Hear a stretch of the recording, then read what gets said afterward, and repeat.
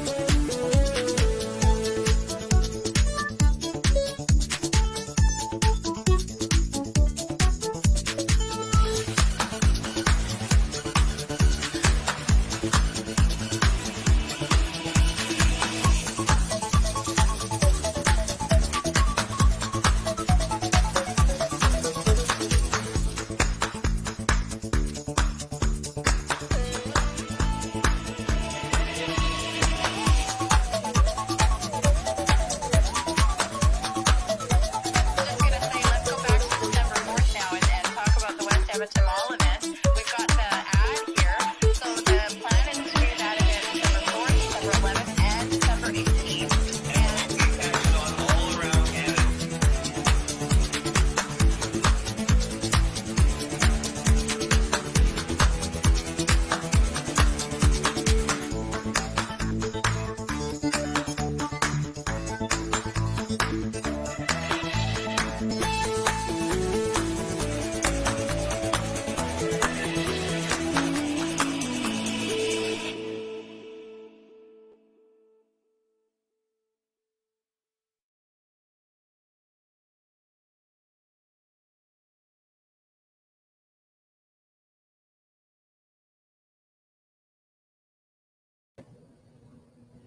Good evening and welcome to Edmonton Freedom Central. My name is Benita Peterson and I'm one of the contributors here at Edmonton Freedom Central.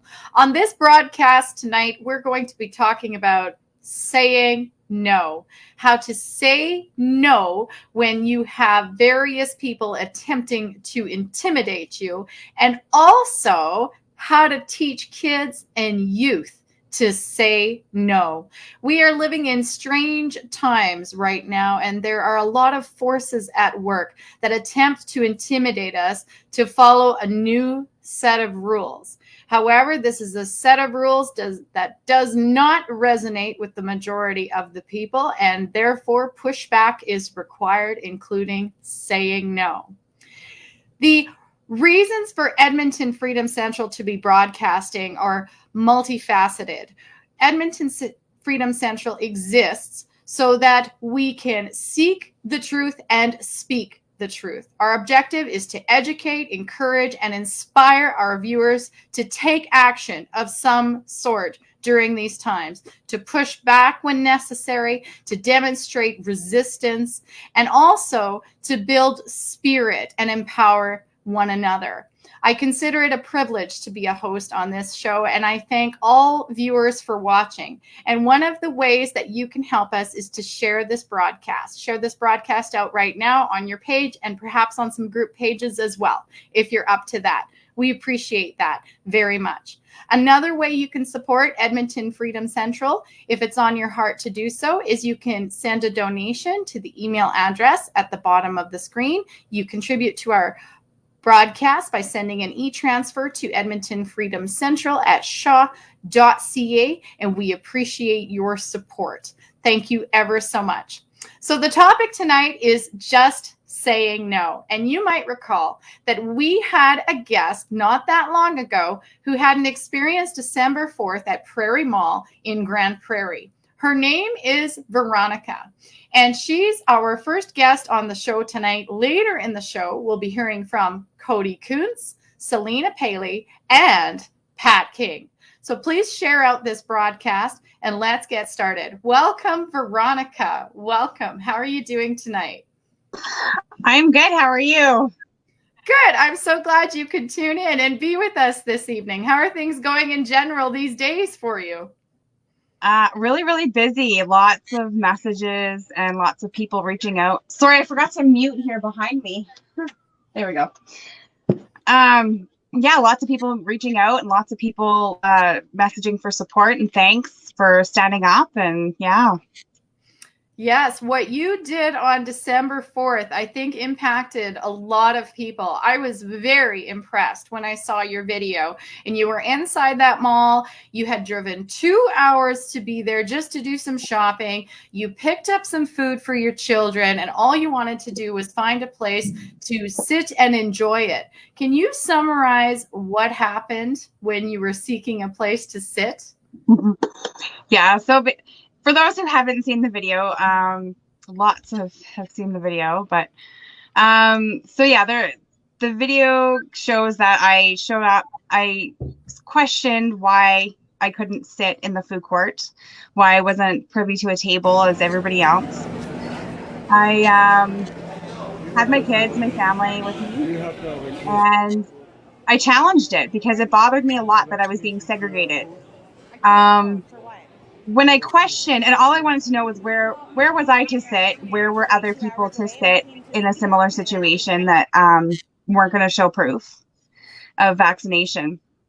So I'd asked them to show me where I was to sit, and instead of showing me, he said, "Yeah, just hang on a second." And he actually sent me to called over more security guards. Rather, more security came over, and then they come over and they're quite assertive and aggressive right from the beginning. So that kind of set me off. And then the they banned me from the mall. They escorted me out. They tried to shoo me out the first door we came to. And I said, no, I'll go to the end door where we parked because it's cold out. And at the end, they tried to make me go outside, keep going without taking my kids, putting their jackets and their hats on without taking them outside. And I said, no, I'll wait. I'll get them dressed first and then we'll go outside. And then, during that whole process, the one guy, he, the tall, thinner guy, security that you can see there, he's making threats at me. Do you want me to take you down in front of your kids? And, my daughter was getting pretty scared at that point. And the fact that he was trailing me the whole time, it was a pretty aggressive situation. But it gathered a lot of attention because things like this are happening every day and it's just not on video. People don't think to grab their video because you're in a state of shock, essentially. Like, I mean, your heart's going, it's a lot of anxiety, it's a lot of stress, and people just don't think about grabbing their phones to film this stuff and to send it out there. And so when this video went viral, it was insane. Benita, after your and I interview last time, you know, my dad had called me and said the next day, and he's like, yeah, so I seen this video. And of course he's not at all like-minded. So he was questioning some things that he clearly doesn't understand. So, but the fact that it made the East Coast within days, I think the video on YouTube now has over 150,000 views, is amazing. You know, I think that's awesome. And since then, so it started the day before. Josh is his name. He's the firefighter that people are talking about, that was arrested in the mall.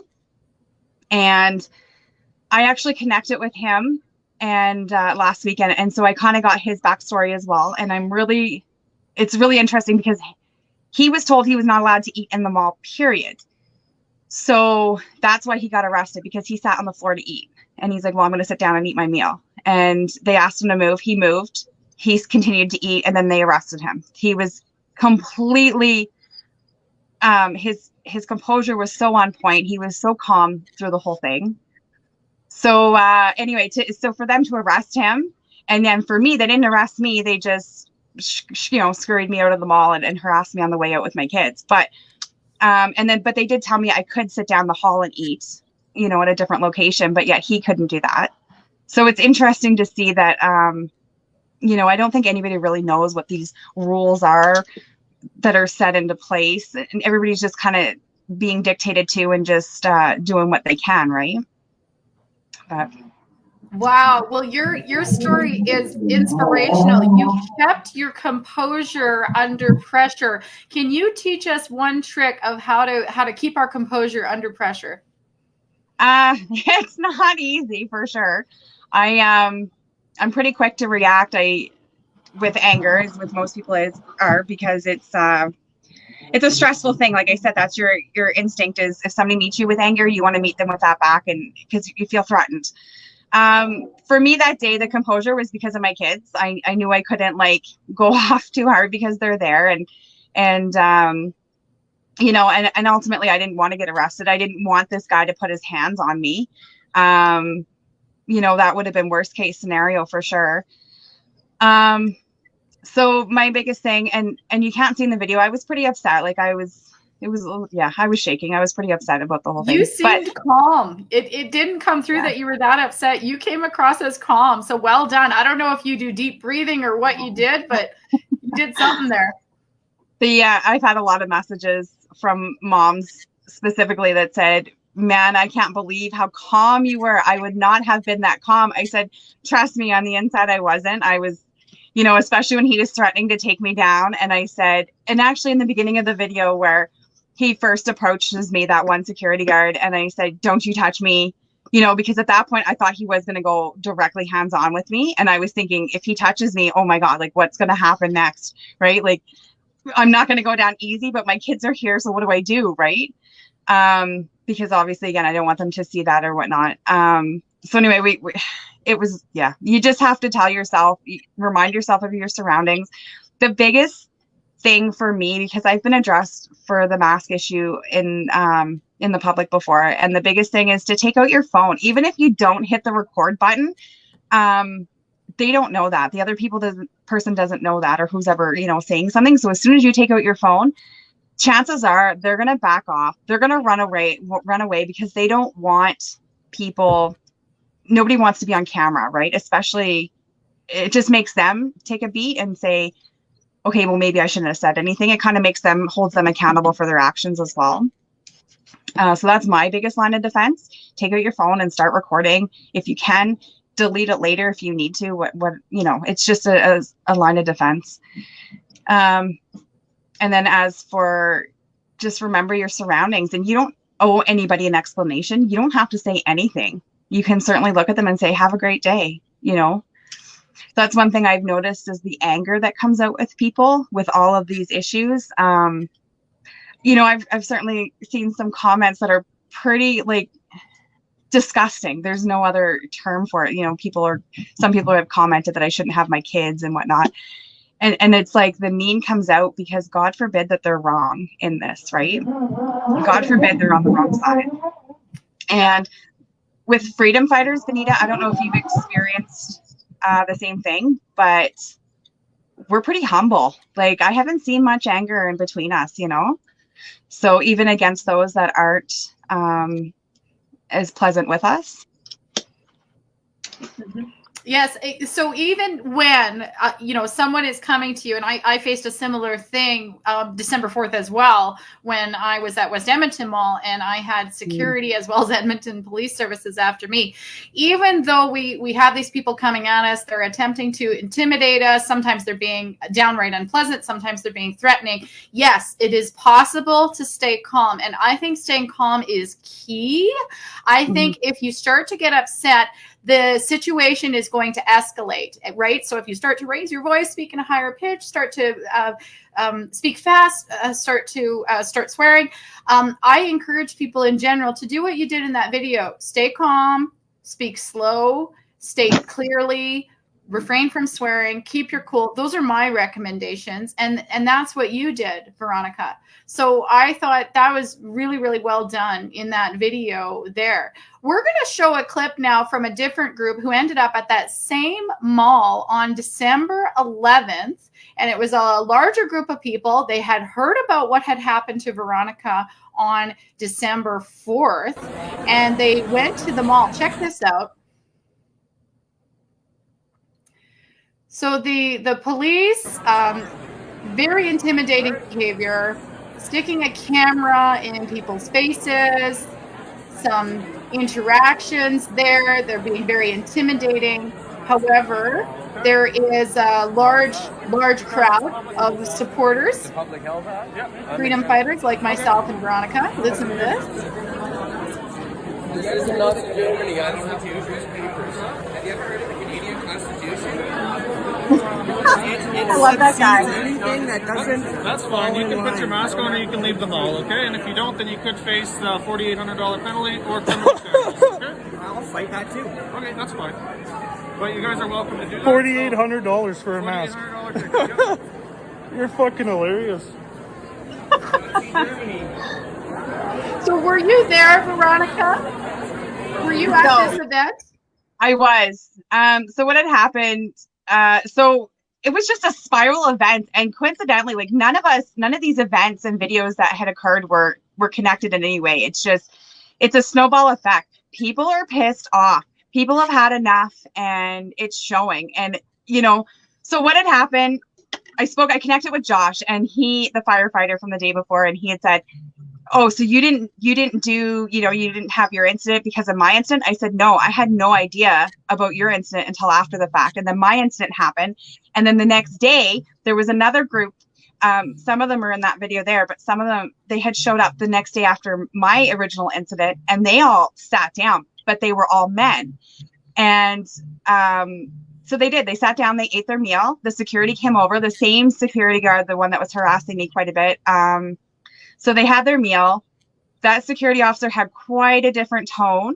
And then the guys, they had their meal and that was fine. Everything was, they called the police on the men that were there eating their meal, but they never showed up. So that was interesting. Eventually the guys left. And then somebody had made a post in one of our groups and said, "Guys, I'm going to the mall shopping with my family and I'm going to sit down and I'm going to eat a meal on Saturday." So that was this past Saturday.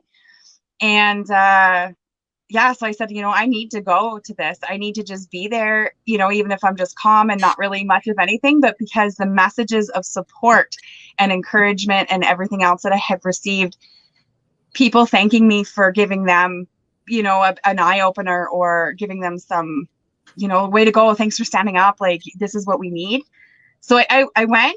And it was like, from the second I stepped in that mall and walked all the way from the one end, I had people staring at me, hugging me, like, "Hey, I know who you are." And it was really overwhelming. It was like in a good way, really positive. So that event, the guy, and there's so many videos because none of it was organized. It was just basically show up at this time. We're going to sit down and we're going to eat, and nobody's going to tell us we're not going to. And so, of course, the police were there. They were on, and we anticipated that. I had anticipated that anyway. But they were just like what you see in the video. That's all they were doing. It was like an intimidation tactic, but it wasn't working. And actually, people were getting very upset. Like the guy in the video telling him to get bent over the ticket. I loved it because the cop actually came up to me at one point too when I first arrived in the food court.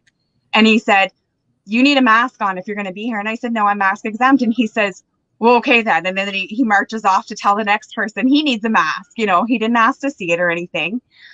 And I'm not going to lie, the tension was very, very high there because we didn't know what the police were actually going to do, right? Like why, we knew why they were there, but what extent were they going to go to? The guy with the camera, I mean, that was all an intimidation tactic. I mean, whether they're going to throw an investigation and try to throw charges later, who knows, but they're all going to get thrown out if it's over mass stuff. I mean, it was overall, it was fairly peaceful, but that officer was creating a lot of tension with the mask with the camera and whatnot. And so it was getting pretty serious. There was people screaming like face to face with officers. They were chest to chest. And so at one point I did think, oh my gosh, maybe this is going to get pretty serious. And then somebody erupts with "Oh Canada." And it was the most amazing act of patriotism I've ever witnessed, I've ever experienced. I don't know if you want to show that clip. Yeah, yes. Oh, I hope we have the video.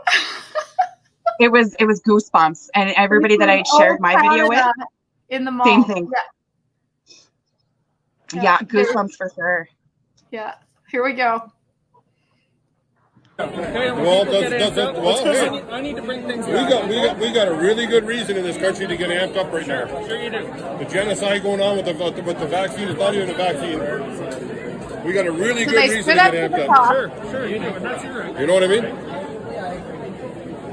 Sometimes it's standing up. It's men seem to have a lot of power here. Cops treat men different than women, I'm noticing. Listen. Just everybody in.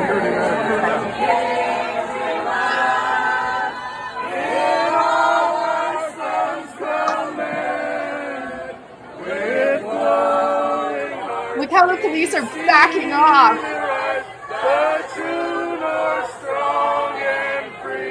I bet you they really questioned what they were standing for in that moment.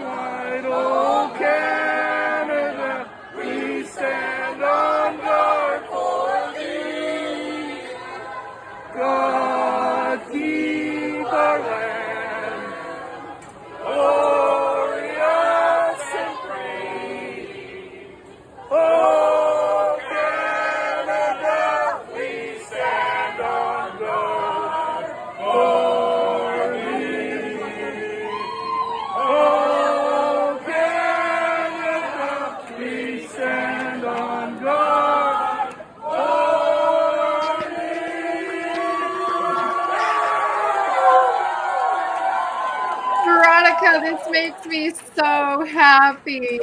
So that happened at Grand Prairie Mall on Saturday, December 11th. Yes? Yeah, I did. Yeah.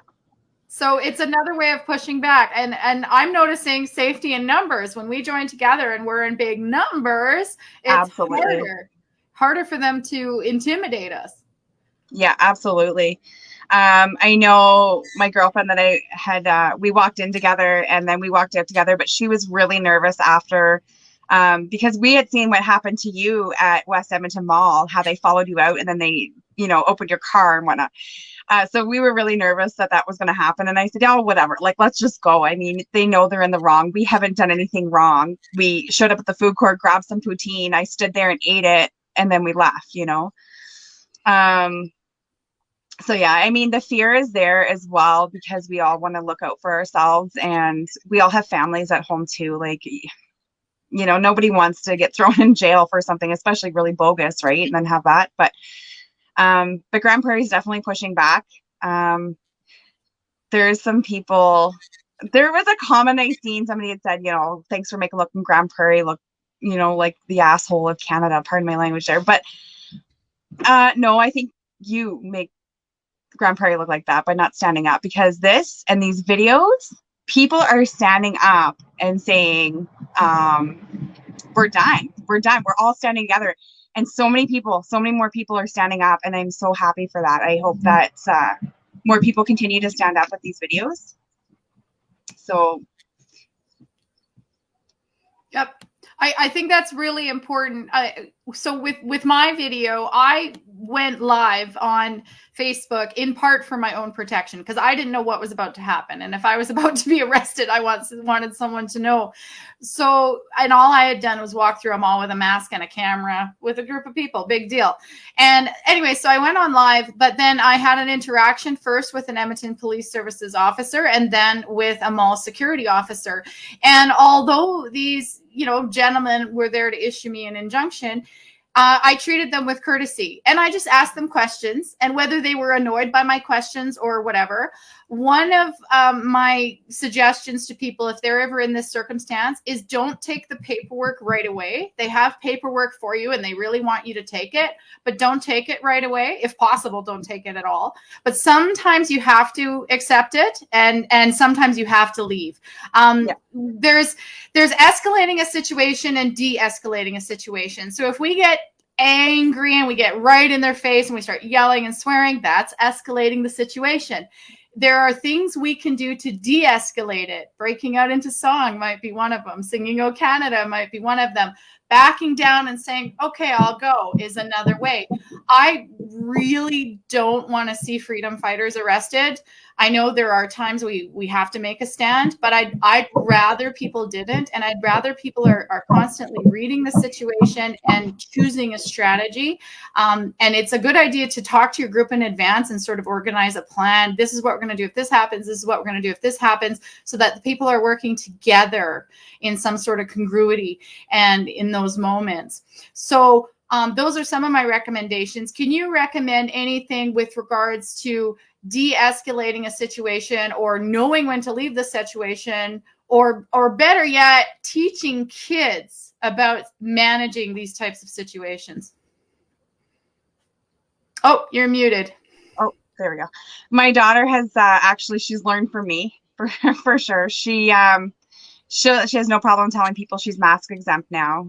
Initially, she was really nervous, but she has no problem saying that now. And she is, through watching me, she has come to her own, and she'll tell people, and she's not rude about it. And I tell her, you don't have to be rude about it. You don't have to stop walking. Just keep walking, turn around, face, answer very politely, and keep going.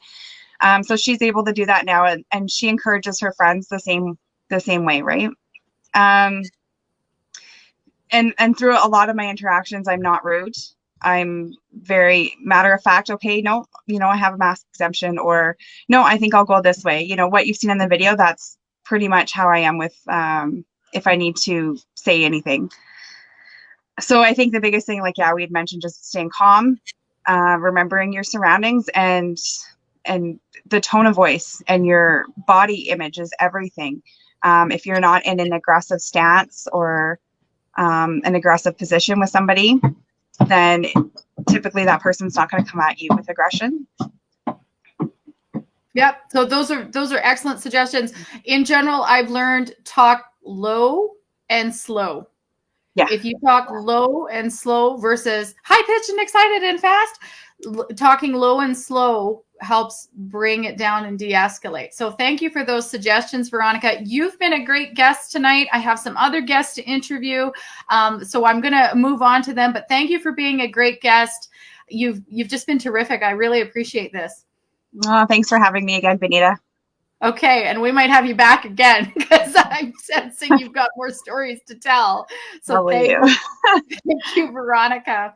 Ladies and gentlemen, welcome to Edmonton Freedom Central. Please share out this broadcast. In just a few moments, we're going to be interviewing Cody Kuntz from Saskatchewan, and then we'll hear from Selena Paley and Pat King. So please share out this broadcast about saying no, how to stand up to those who are attempting to intimidate you and keeping your composure, and also how to teach children and youth to do the same. We'll be back in just a few moments with Cody Kuntz.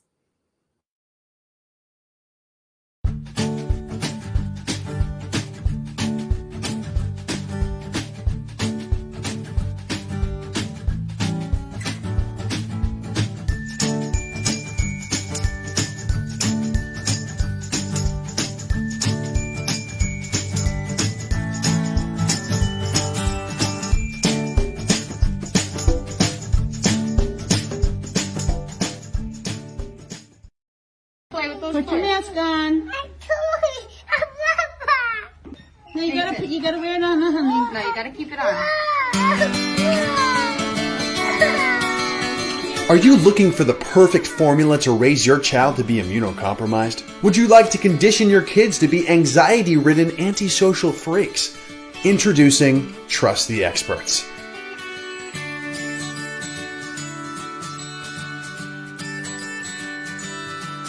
This one-step program will have your child naturally develop mental illness, a weakened immune system, and a spiritual void inside of themselves where a wholesome childhood should be. Who needs fresh air and socialization when you can trust the experts? Let's face it, these vaccines are basically mandatory now. Your body doesn't belong to you anymore, and neither does your children. They belong to the state. Embrace the new normal and volunteer your child for experimental, routine, untested injections for the greater good of science. I do it because I trust the experts. Warning: trusting the experts may cause cowardice, extreme depression, loss of humanity, loss of independent thought, upset stomach, and diarrhea. Hail Satan. It's important to remember you're a helpless idiot. You can't do anything yourself. So keep drinking that beer or wine, scrolling through TikTok, and not really caring about the future of your generation and your generation's children. The government loves you. Don't trust your maternal instinct. Trust the experts and allow today's trauma to last a lifetime. Wear a mask to school. Hi ho the Dario. I wear a mask to school. It helps to keep me safe. Our producer enjoys humorous commercials. I don't personally endorse every message presented on this show, just so that you're all aware. My name is Benita Peterson, and I'm with Edmonton Freedom Central. And in general, our goal is to seek the truth and speak the truth. With that being said, it's nice sometimes to share a little humor and make fun of some of the stuff that's going on today.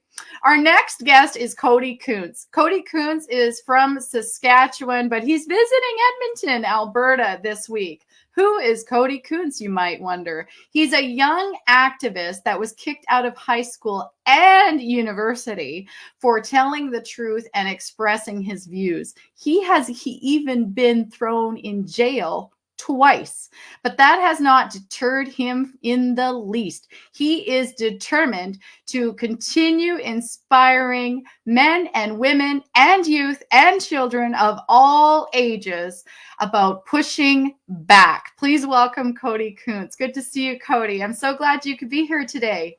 Thank you for having me, Benita. Oh, this is super. And I hear you're in Edmonton this week. I am. I'm so excited to be at the Ledge this weekend on Saturday, and hopefully to do some shopping, some Christmas shopping at the mall or a couple stores this weekend as well.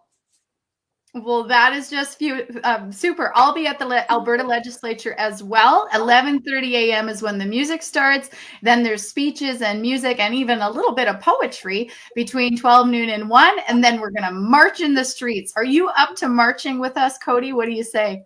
Absolutely. Marching is my favorite part of the whole entire program. I absolutely love it.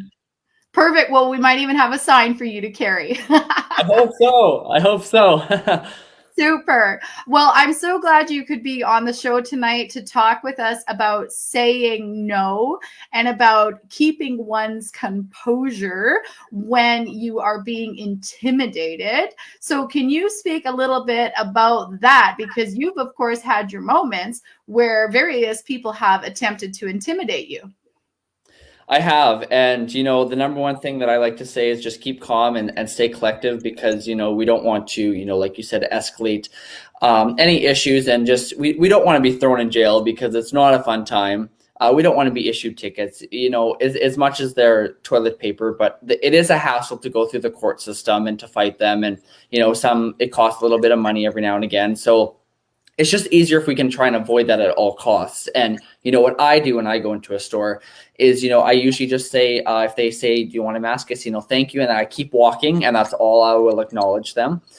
Sometimes the odd time they'll come after me and say, oh, do you need a mask? And, you need to wear a mask. I says, no, I'm mask exempt. And then I keep walking. You know, the best stance is to be super calm, super collective, and just act like you own the place. That is the easiest thing for me, and the easiest what I've been telling people. You walk in there like you own the store, and then, you know, you don't have really any issues, because you know, you don't want to walk in there scared, because then you might have some issues. You know, people will, you know, they'll easier to walk on you and kind of control you. But if you just, you know, walk in there calm, collective, you know what you want to say. If something happens, or if they come after you, you know, that's the best thing to that I recommend doing, and it's been working for me and all my friends. You know, just super walk in there, and I don't really have many issues, so it's super awesome to be able to shop. So what are some of the components of a confident body language? When you say walk in like you own the place, what do you mean by that? So when you walk in, just, you know, if they come after you and they, you know, ask you at the door, they kind of stop you. Just don't be scared. Don't worry, and don't let them kind of control you. Just kind of walk in and just, you know, be brave and be strong. Okay. I'm liking these suggestions. I know another way to feel empowered is, of course, to be armed with information, because when you've got the information and the knowledge and the ability to express it, you feel more confident and empowered, which therefore might affect also how you walk. Can you expand on being empowered with information? That is the number one thing I like to tell people as well. You know, when you're informed, it's super easy. You know, you can inform them, because many of the workers are just following what they're told, and they are uneducated and they don't know. So, you know, if you just simply say a mandate is not a law, and you kind of explain to them your rights and, you know, how it works, and just, you know, have a little bit of education, many of them will sit down and actually listen to you. You know, I went to the co-op today, and I kind of explained it to this this older lady, and she had no issue. She didn't know. She didn't know there was medical exemptions, and she didn't know you know, the rights and stuff, and she had no issues with me shopping there. So it really depends on, you know, the situation, the person you're talking to, if it's a security guard, if it's a worker, but 99% of them are just uneducated, and they're just doing what they're, you know, told to do, and they think that what they're doing is right. But most of the time you can even just talk to them, and hopefully they're understanding and will take the time to listen to you. So when seeking information, what are some of the best places to go to get info? And what are your thoughts on doing experiments to be prepared so you can share information? So, you know, the number one thing is just doing your research, you know, looking up these jabs, and looking up, you know, the trials and the errors, and, you know, going on DuckDuckGo, and just, you know, looking up mask exemptions, and, you know, the rights and your rights, the Canadian freedom, I forget what that's called now, rights and freedoms, and, you know, just knowing all your information, you know, what the government guidelines are, even to know those, because many people in Saskatchewan thought that you had to be vaccinated, and that's it to go out to the grocery store, or to go to a restaurant, wherever. But to go, you know, to a restaurant, or to a bar, or to a concert, you can also show a negative COVID test. You know, so there's always other options, and you just got to kind of look into the government website, as crappy as it is. But, you know, sometimes it's good to look at their guidelines and see if they have things in there. Because many of the times it's labeled in there that, you know, you just need a PCR test within 72 hours, and, you know, you're good to, you know, do these events and stuff, which many people don't know. So it's just going out and researching, and, you know, if something comes to your mind and you think, oh, maybe I have a question on that, try and look it up, try and rewording it, because the answer is probably out there somewhere, whether it's in a Facebook group, whether your friend has the answer, or whether it's just on the internet. There's probably an answer for your question. Thank you for sharing that. And sometimes the answers come from the government's own websites.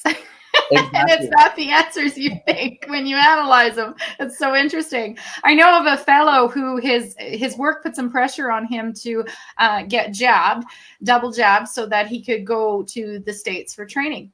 And so he did. He went and got double jabbed so he could go to the States for training, and came back. And not once was he asked to show his proof of the double jab. Now, this was over a month ago. But he was asked for a test. So I found that very interesting. He'd been jabbed, but they didn't care. They wanted the test. They wanted the negative test.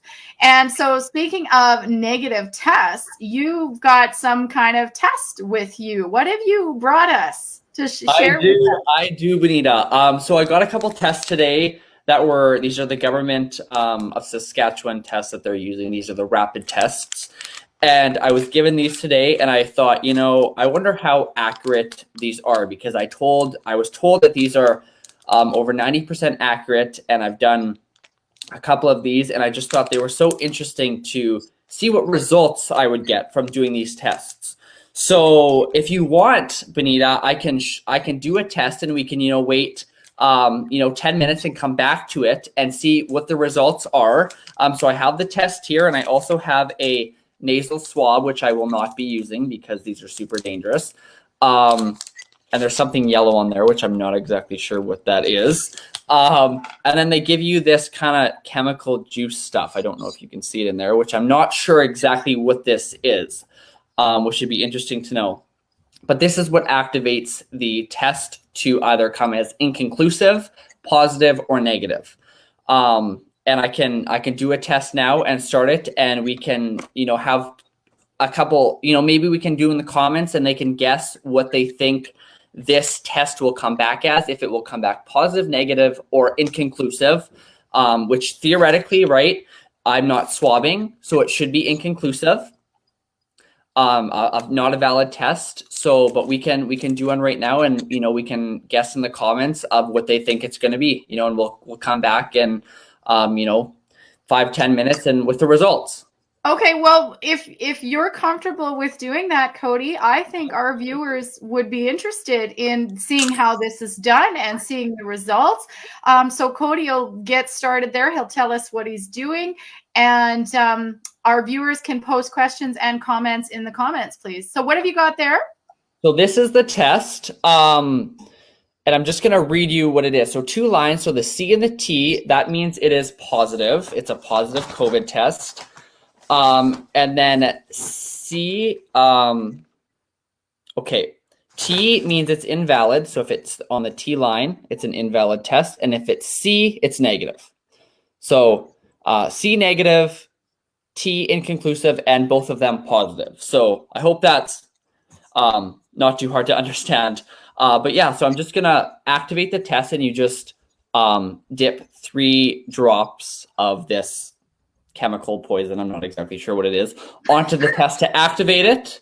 And theoretically, I would shove this up my nose and wiggle it around, and then stick it in here and wiggle it around to get my test. But we're obviously not going to do that because it's super dangerous. But I am going to activate the test for you guys so you guys can kind of see exactly how these work. And this is a test that I can use to go to a restaurant, anywhere in Saskatchewan. So I just dip a couple drops there, and then I'm not gonna turn it yet because it's will drip everywhere. But the test is now active, and it's gonna start, and we're gonna start to see red go along the test, and then we will have our results. So in about 5-10 minutes, it doesn't take too long. They say 15 minutes, but it is way quicker, so we can kind of see there. The test is activated. See, we can see the red going. So the test has started, and yeah, we can just come back, and I'll just let it sit here, and we'll come back and see what the results are. So if you guys want to guess what they should be, and theoretically, right, this should be inconclusive because I asked them today about this, and they said every test that doesn't use this should be inconclusive because I didn't test anything, right? So it's super interesting that these are the tests that they're giving out, and we're gonna see if I have COVID or not. Okay, we have viewers in the comments. They want to do things like test their turkey and their cranberries and their dog and things that come out of their dog. I guess I should maybe test the wall or something, right? So I got all kinds. I can test all kinds of things and see what the results are. And they're looking forward to seeing the results. One of our commenters says it looks like a pregnancy test. And a lot of people like to say that. So there we go. It's still working hard. And yeah, we'll know very soon if I have COVID or not, or if I have to be on lockdown for the next 2 weeks. So you were issued these tests by someone in Saskatchewan? These are they were giving these tests away for the First Nations people. So I was lucky enough they gave me one today. I drove to the place and they were giving out 10 for Christmas, basically to anybody in Prince Albert here who wanted a COVID test. They gave you these kits and with all the information on it, and they said use these for your family, whatever. And I said I'll take some. So they gave me 10 and that's, I guess we'll see how accurate these are. And they were issuing, I mean, there was so many cars lined up. I mean, for blocks, there was cars, and that was at 9 a.m. this morning. So there's a lot of these tests being issued. And it's really important that we have accurate tests, especially if, this is such a deadly virus out there. We need to have accurate testing to know. Okay. So we've had a prediction that you're pregnant with twins. We can't give the outcome. Can't give that out. Someone else predicted it's going to test positive. That's their prediction. Positive. Okay. Okay. For any viewers just tuning in right now, what Cody has done is he's gotten a test, and there is can you just show the devices, though? You've got this thing that had fluid in it, and you have a swab. So here's the swab. So that's a swab that he was supposed to put in one of his orifices. And then that swab was supposed to be stirred into some fluid, which is in this little bottle type thing. And I don't know how long it is to sit in the fluid, but it's supposed to be swirled in there. Now, he didn't put the swab up his nose. All he did was take the fluid and pour it onto the test. And so now give us an update, Cody. And I am negative. I do not have COVID.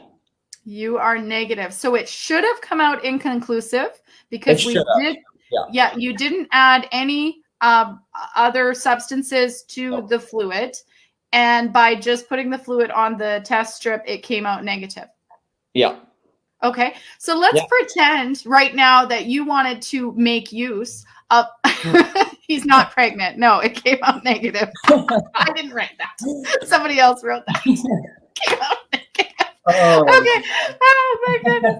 So I'm gonna lose it. Super fun. I absolutely love this. This is probably the best part of my whole entire day, honestly. What making me laugh? Blow your nose. Okay.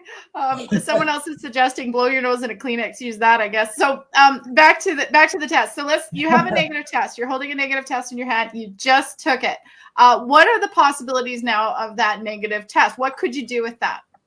So I could go to a restaurant. I could fly on a plane. I could go to a bar. I can do everything in Saskatchewan here. And that's the dangers. And these are the same, I'm going to be honest, these are the same tests that they're giving to the hospital staff here in Saskatchewan, nurses. There's there's different brands and stuff, but I actually had a nurse reach out to me today, and she said these are the same ones.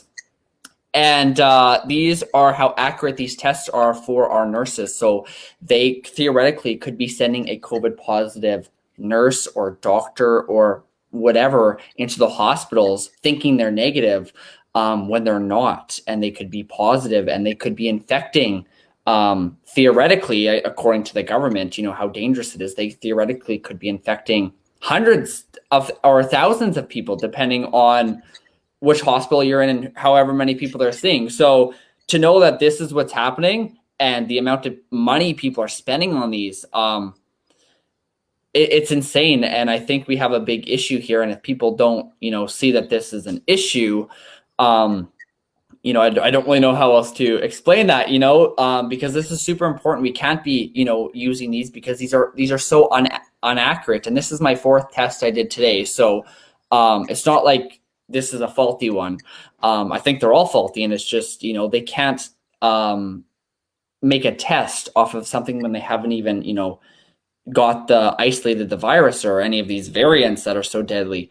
So I don't know how this is supposed to tell the difference between the common cold or the new variant, the African variant, I think it is now. I don't understand their logic behind this. And people are spending hundreds and thousands of dollars on these to work, to fly, to, go out. And it's upsetting that this is what we're getting. Well, Cody, I really appreciate you sharing that with us. Some of our viewers are interested in testing. A lot of our viewers are opposed to testing. They consider the testing a infringement upon our rights. And I agree with those viewers, but I do appreciate that you have taken the time to explore this and share this with us, because it helps satisfy our sick curiosity. So thanks for sharing that. So let's get back to being educated to push back. For any new viewers who've tuned in, I am interviewing right now Cody Kuntz, and he's an activist from Saskatchewan who got kicked out of high school, got kicked out of university, and even has been in jail twice because of his activism. And so Cody has been so incredibly active in the movement, speaking at rallies, and also I think you've done some writing as well. I think you were published in Druthers at least once, right? I am issued in the August edition, I believe, and December, and I just I wrote a book as well. So it is out. It's called Family Secrets, and you can get it on my website. And it's basically I tell some family secrets, some really, good entertainment for you guys.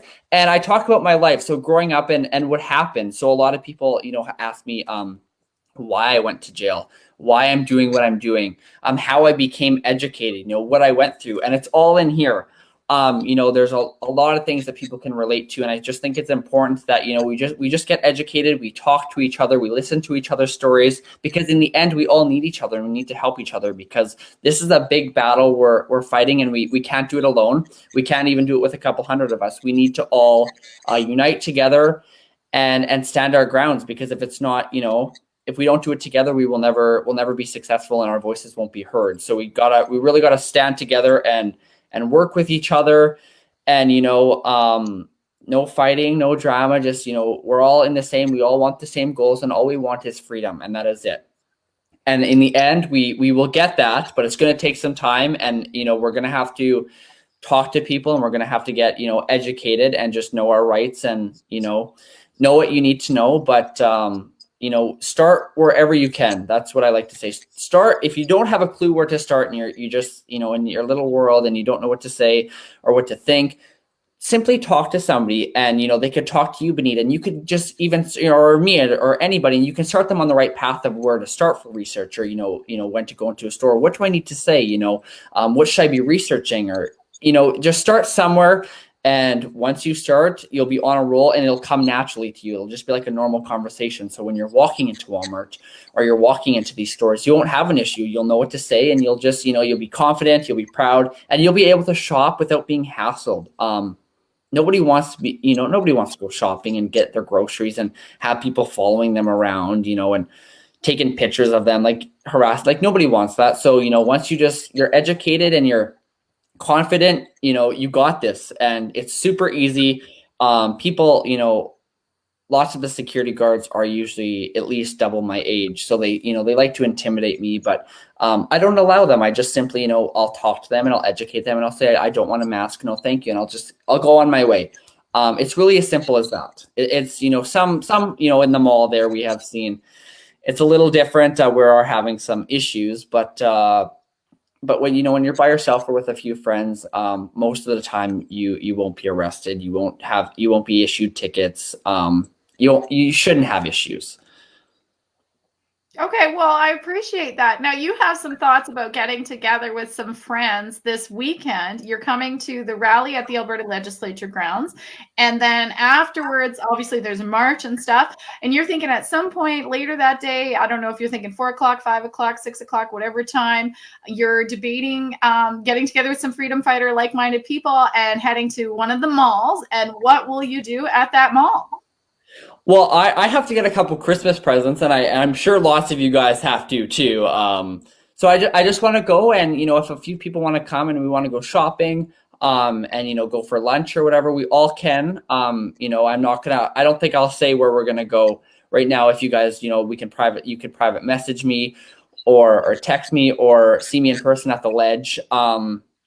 We just gotta, we don't want the police after us or anything, but we're just gonna go shopping and just enjoy our day and live life and in freedom. And we're just gonna have a fun time, and just enjoy each other's company. Well, that sounds just super. So when it comes to people pushing back, and especially young people, like when we're talking about youth, teenagers, and even kids, do you have any suggestions, especially for them, whether it's a teacher saying put on a mask, or a bus driver saying put on a mask? Any suggestions for the young people on how to respond to that?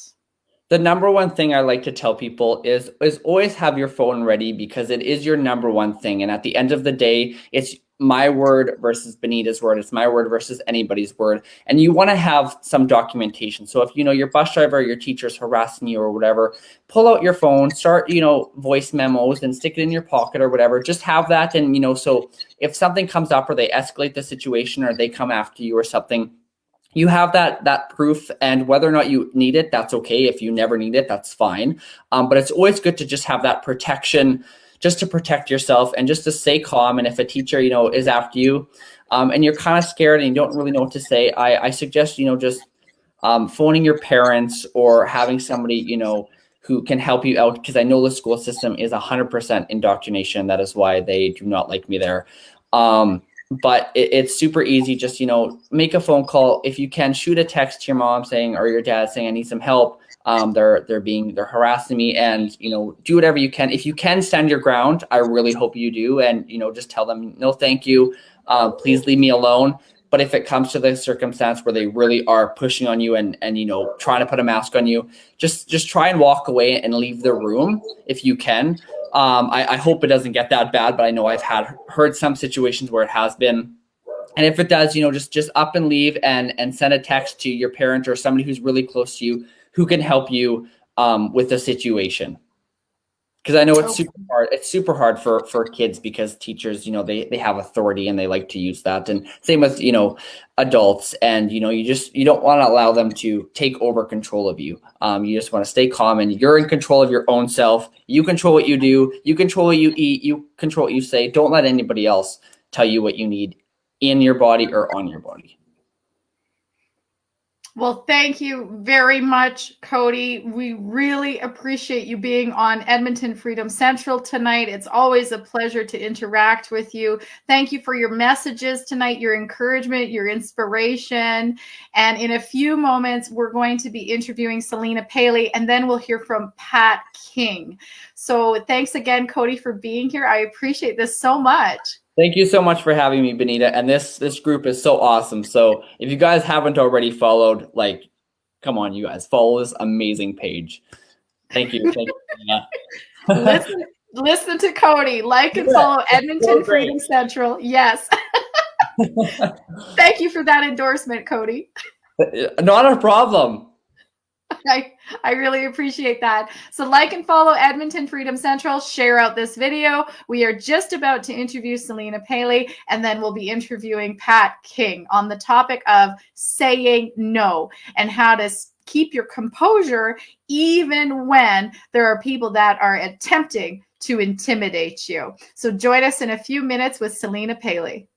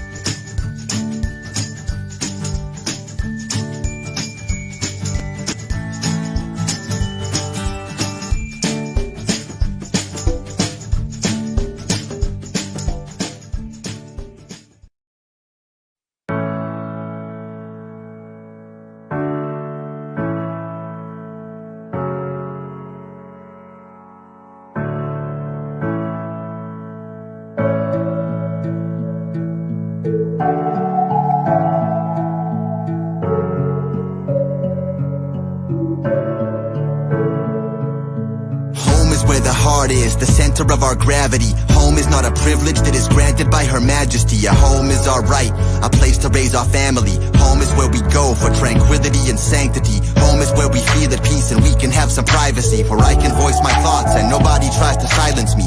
Home is where commotion turns to settling dust. Home is where we raise our kids to be better than us. And home is more than just a house. Home is where there's unity. Home is where we gather. Home is our communities. Home is the connection that we share when we trust. Home is not about me. Home is about us. Home is the guiding light within that we feel drawn to.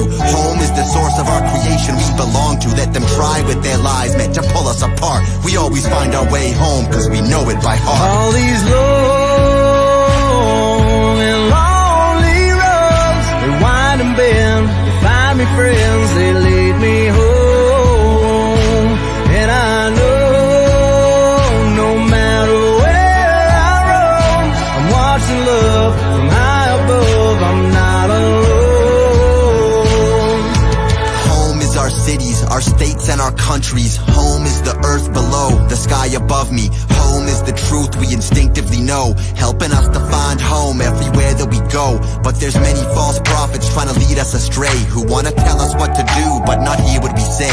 They ignore us while they play their game of righteous pretend, like we don't notice that their rules ain't applying to them. While our children have lost their future, made to cover up their faces, forced to get injections for attendance at their favorite places. Where does it end? When we take to the streets, the government won't call a hearing, they just call the police. And to the faceless stormtroopers, where is your humanity? Just following orders is no excuse for your insanity. It's time to cut the rod out at the source like a cavity. It's time to go home and realize that we're a family. All these long and lonely roads, they wind and bend, they find me friends, they lead me home.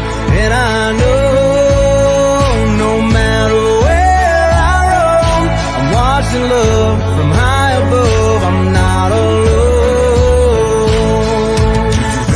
This country, is this the way you like to live? Constantly harassed to put a mask upon your wife and kids. Cops with riot packs who like to act as if no rights exist. Alive, but we're not really living. What kind of life is this? The world is full of risks, but we don't need protection, cause all of their solutions are much worse than the infection. If we want resolution, we need unity, not politics. Why should we trust somebody who's broken so many promises? But maybe this was meant to be and had to happen all along. The cycle's always spinning and it's darkest right before the dawn. It's funny, to the point of laughing out loud, cause what they said would never happen, well it's happening now. And so many are waking up. Welcome to the front lines. The ones who know behind the clouds will always be the sunshine. You and I see through the lies, no longer alone, and let the compass in our souls guide and carry us home. All these long and lonely roads, they wind and bend, they find me friends, they lead me home. And I know no matter where I roam, I'm watching love from high above, I'm not alone. All these long, lonely roads lead me home. I'm watching love from high above, I'm not alone. All these long and lonely roads, they wind and bend, they find me friends, they lead me home. And I know no matter where I roam, I'm watching love from high above, I'm not alone. Take me home.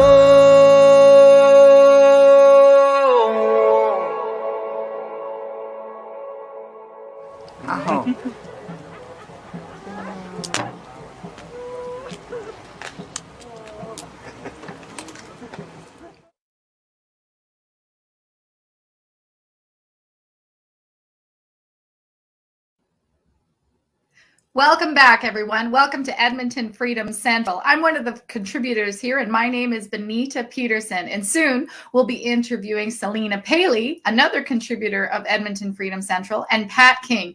Please take a moment to share out this video, and also please engage in the comments here. We appreciate your feedback and your questions. We'll do our best to address them, but we can't promise to get to them all. If you are looking to support Edmonton Freedom Central and these broadcasts, we very much appreciate your support in whatever way that is, sharing out videos, commenting, etc., letting other people know about us. And if you wish to financially support this broadcast, just send an e-transfer to Edmonton Freedom Central at shaw.ca.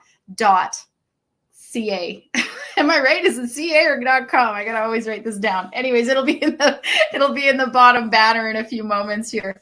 I get forgetful sometimes. So our next guest is Selena Paley, and she is a mother and an activist and a contributor here at Edmonton Freedom Central. What I love about Selena is she works hard to get to the bottom of a matter. She is willing to do the research. She is willing to travel. She's willing to go the extra mile. Welcome, Selena. So happy to have you on the show tonight. Thanks for joining us. Hello again, Benita. Thanks for having me. Always a pleasure. I enjoy. Go ahead. Oh, I was just going to say, I love that song too. I sing along to it everywhere I go. It's just so infectious, and it's, just a real positive message. Always puts me in a good mood. So yes, that's one of my favorites as well. I love the work of RC the Rapper, and I'm wondering who he's going to collaborate with next. Hopefully, who knows what might happen. It'll be good. I love music. I'm a music person. So you've been on a mission lately, Selena. I know the project you were working on last week, and you might be following up next week, is Her Name Was Jolene, hashtag Her Name Was Jolene.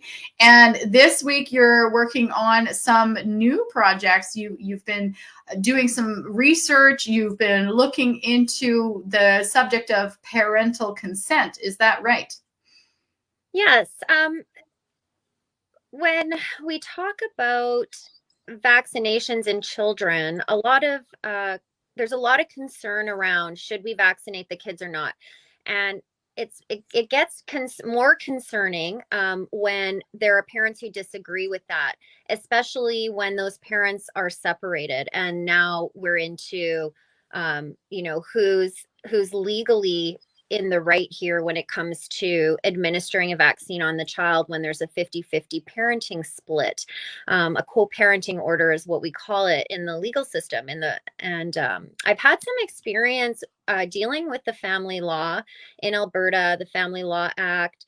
I'm quite familiar with what it says and how we can use that to help our children, because when we look at the Family Law Act, basically it's the basis for that Family Law Act, when parents can't agree or they separate and they have to now share their children's time and decision making, is we're always garnered by and we always the foundation for the decisions that are made at the court level are always for the best interest and in the best interest of the child.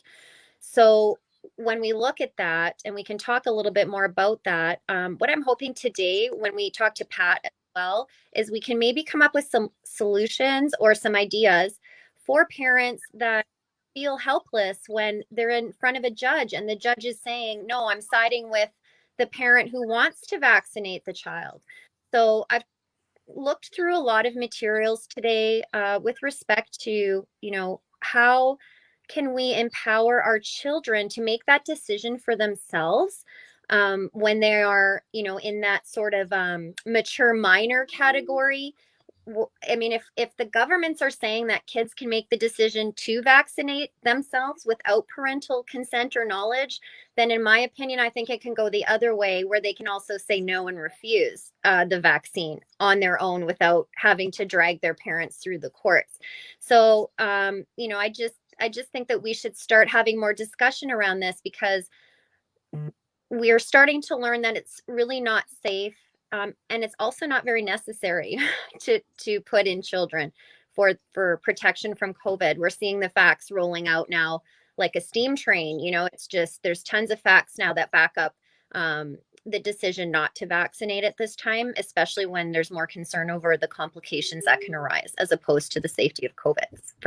So that's where I stand on the matter. Well, thank you very much for that, Selena. So you've been, I take it, hearing some stories from some of our supporters that are struggling when one parent thinks that the child should be injected and another parent thinks they shouldn't. Yeah. So what's happening is, well, here's where my concern really lies, is that some parents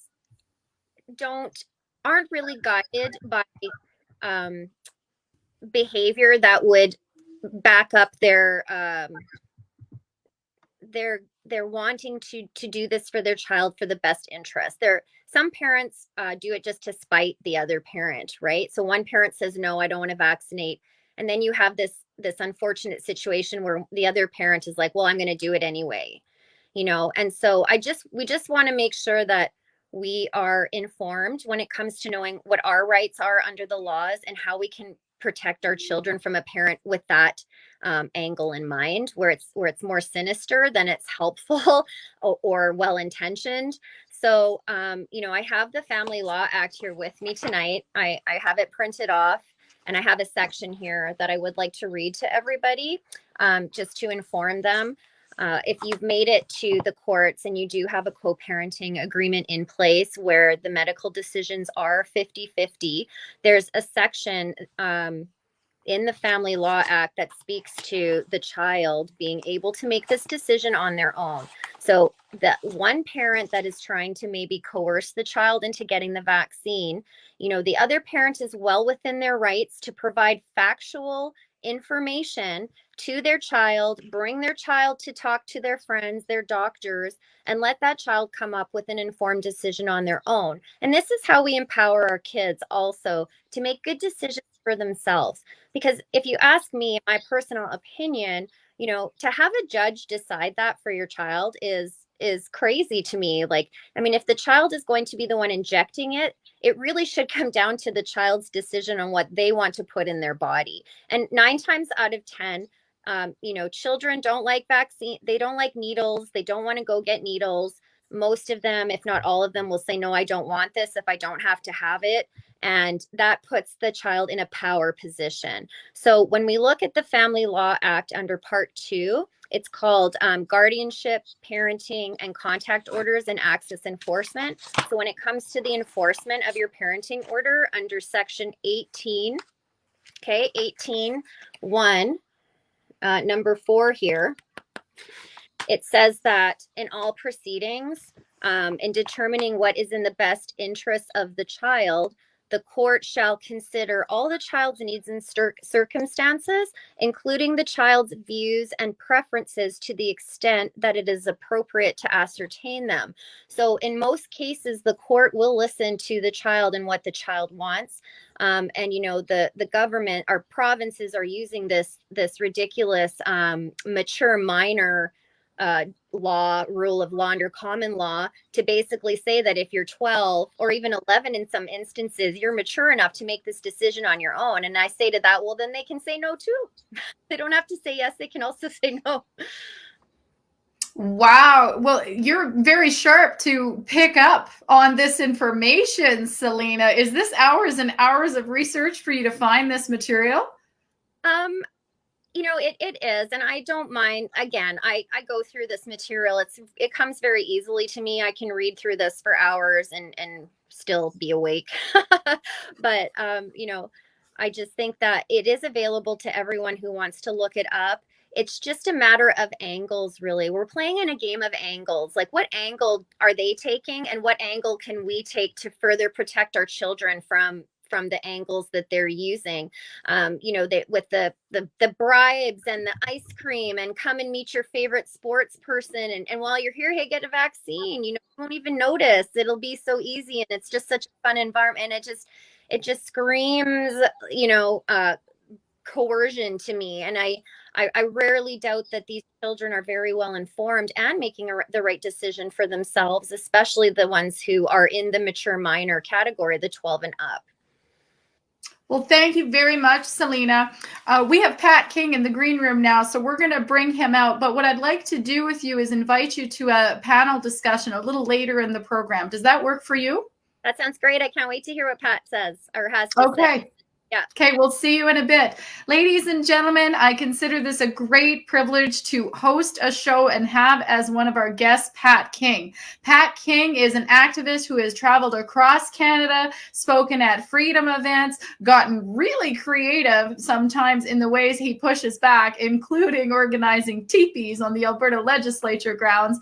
And Pat King is our guest tonight, and he is fired up about this subject here, where we're talking about saying no, pushing back, and empowering kids. Welcome, Pat King. Hey, Pat, I think you're muted. You might want muted. There we go. Welcome, Pat King. Good to have you on the show. How's it going, Benita? Maybe make the small screen, hit the two little squares and where the screens are smaller, and people might get this picture.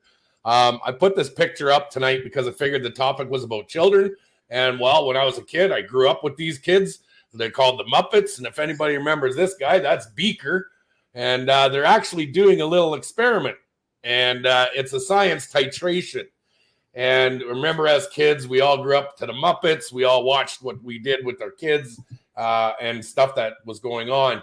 But I thought this is kind of an oxymoron for tonight, because you see cartoons, you're seeing ads for kids in schools, you're seeing commercials and a lot of other propaganda for our children to push their differences with regards to wanting and understanding these vaccines. They've turned them into contests where you can win Xboxes, you can win toys, you can win hundreds of dollars worth of gift cards, and they're promoting them in schools. So the first and foremost, no, this isn't something for children. Parents are the ones who have to be the ones to be responsible for this. It's parents who are put into the role of parenting. Remember that thing, parents? You have to be a parent and parent your children. Your children should not be having to make these decisions. You have an education system that's against our parenting. Or we have an education system that's been 100% pushed to tell the children that our teachers are the safe spaces. And if they have anything to say, to tell them first before they ever tell their teachers. Now, you brought up a topic about kids getting jabbed. And Selena brought it up about kids and divorced families. I'm a product of that. And many people know this product that I've been through. Both my kids were jabbed without my consent. I also have 50-50 parental consent on any medical procedures. In those medical procedures, that means I have to be part and privy to that conversation. But you see, my kids were manipulated through the school system to think that this was a danger, not knowing the statistics that children can't die from this. So when I reached out to my family lawyer, and a lot of parents are going to find this out, when I reached out to the lawyer that handled my divorce case, and I said, look, she violated this, I can file a lawsuit and sue her for violating her parental agreement.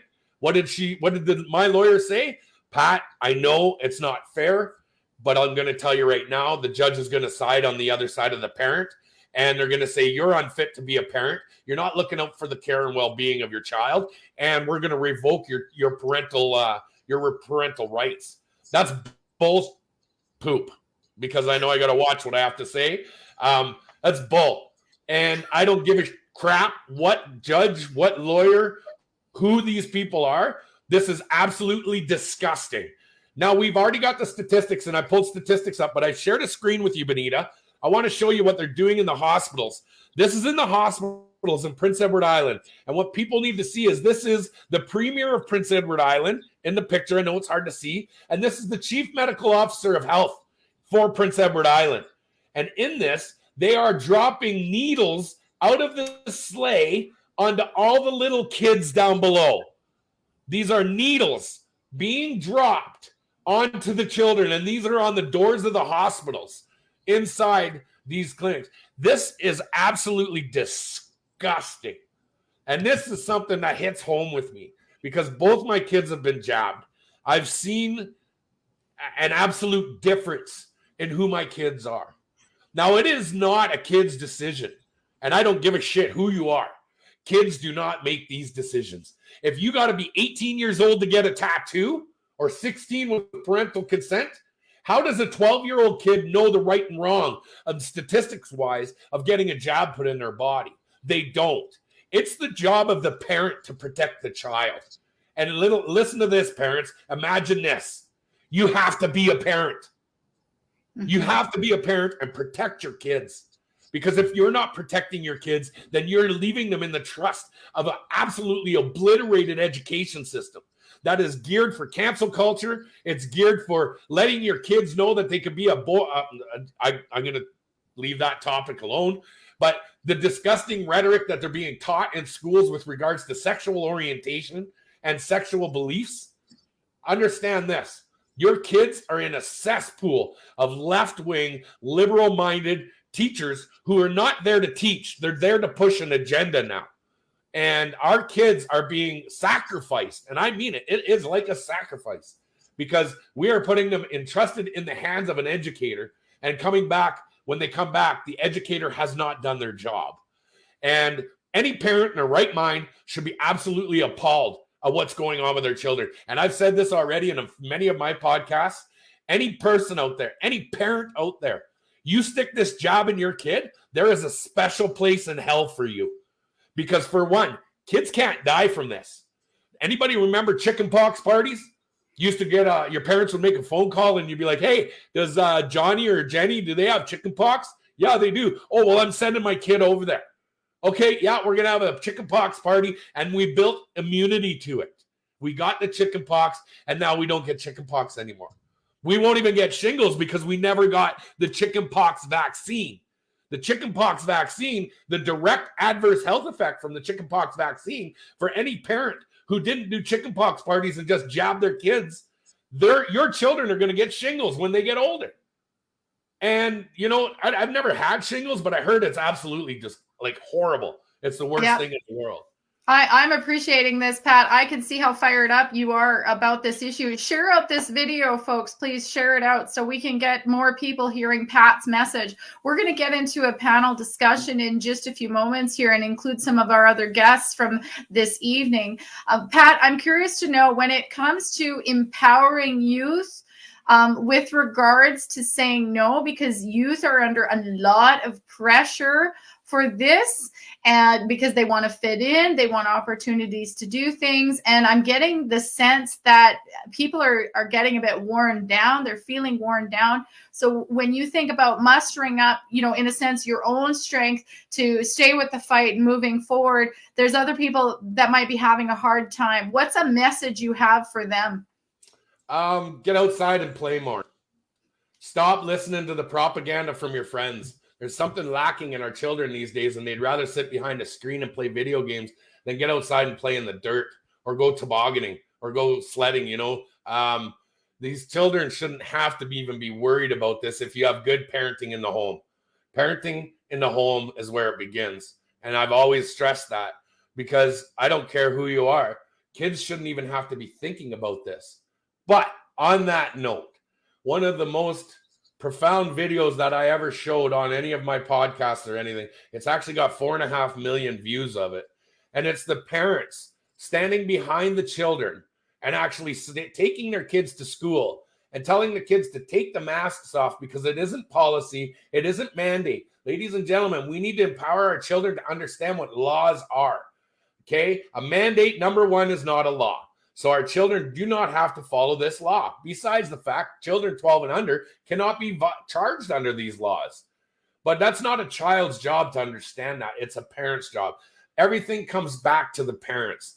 Now, for children to want to feel that they have a voice and they can stand up for themselves, think of it this way. For children, when somebody's coming down on you and telling you, put a mask on, treat them like a bully. They're a bully. Stop bullying me. I don't like to be bullied. Please stop bullying me. And watch what happens in the education system. As soon as you cry that term bully and you're feeling like you're bullied, you might have a chance of turning this perspective from the teachers onto, oh, wait, maybe we are bullying our children. Maybe these kids are feeling a little bit attacked and infringed upon.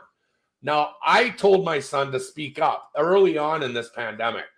They were given 10-minute leeway to take their masks off. When I told that to my son, his teacher actually told him, no, I'm the teacher. I make the rules and you listen to me.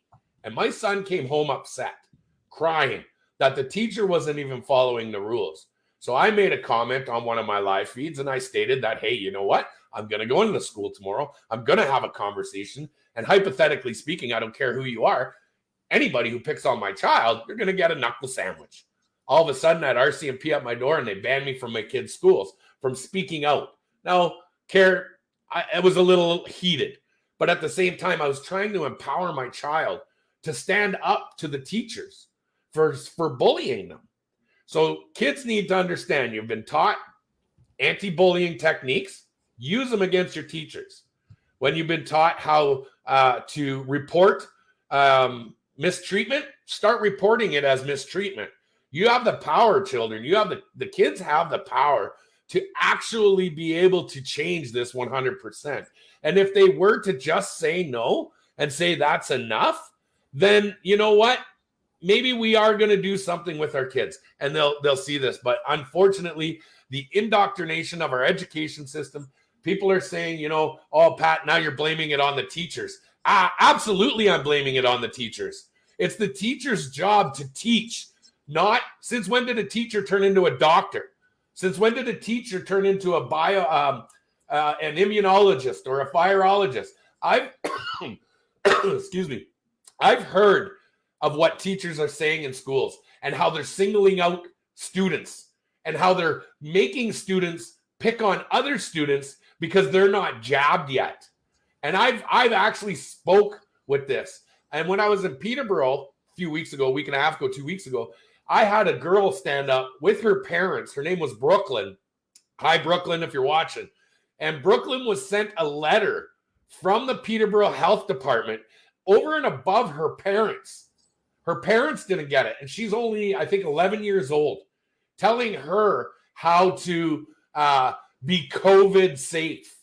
Now, that's ridiculous. And that was one thing that Brooklyn spoke about was how come she's getting these letters? Where have we gone so wrong that we're so scared to parent anymore? And it falls on the responsibility of the parent. Why are you so scared shitless to tell your kids no? Or to tell your kids stand up for yourself? Where did it go, Benita? It's gone. Poof, disappeared. You've raised a great point, Pat. I was chatting with someone else about this earlier today about how parents in a number of ways have surrendered their rights to the schools, to the daycares, etc.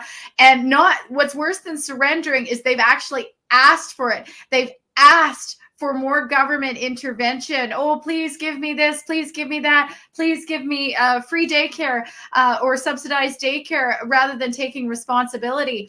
Another one of our presenters presented the other day and said freedom is like a coin and there's two sides of it. On one side is freedom, but on the other side is responsibility. And if we want freedom, we actually have to take responsibility. We can't just surrender our kids to the system and say, oh, the system will educate them and look after them. So we're in agreement on that. Now, Pat, I'd like to introduce you to some of our other guests that we have here tonight, and we're going to have a panel discussion. We have Selena Paley. She is an Edmonton Freedom Central contributor. We also... Oh, do you know her? Do you know Selena? Never met her before in my life. I just poked her in the ear. I was poking her in the ear. Well, I think you might also know this next guest. We also have Cody Kuntz, an activist who's been to many, many freedom events. I think you two might know each other as well. Yes. And we have Veronica. Pat, you might not yet be familiar with Veronica, but she's a mom that was in a mall in Grand Prairie on December 4. And yes, I do know Veronica very well. Oh, you've seen her video. I put her video on my page and it went viral. Oh, that's your video, Veronica. Well, that would be me, yeah. And I might have had a hand in some of the groups going in there after singing "Oh Canada." Really, Pat? Are you serious? That's serious. And I'm actually going up to GP. Oh, good. You are not. That's awesome. Oh, yeah. When are you headed up to GP? Or you don't want to tell us? We're not done with this yet. Veronica, we're not done with that yet. That was absolutely disgusting of what they did to you. I don't care who you are. There's one part in your video that got me the most. And it was the part where you turned the camera and there was a gentleman sipping. He was a bigger gentleman, huskier gentleman, farm boy. And he's sipping on his drink and he's like, I would have jumped right through and knocked that guy out. That guy should have jumped to your help. Right. And yeah, that's me. Well, why don't we go ahead? Go ahead. I was just gonna say, you keep me posted, Pat, because I will. I'll meet you there. Oh yeah, everybody will know. So the topic tonight is saying no and empowering people to stand up. And what may be needed is something like what Pat just described. Veronica was having an issue in a mall. There was someone nearby, and that person possibly could have stood up to help Veronica, but didn't, possibly because he didn't know Veronica. There's a number of reasons there. But I'm sensing that in the future, we are going to have to start standing up for complete strangers in these situations. So take today, for example. I was driving down the road and I saw that a police officer had a car pulled over. Well, my trust, unfortunately, for police is getting less and less and less because, of course, they've personally given me tickets that violate my rights and freedoms. And so I start to wonder now, every time they have someone detained, are they now violating someone else's rights and freedoms? And I'll admit that there was a temptation for me, but I was by myself, to pull my car over and just ask the driver of the vehicle pulled over, are you being lawfully detained?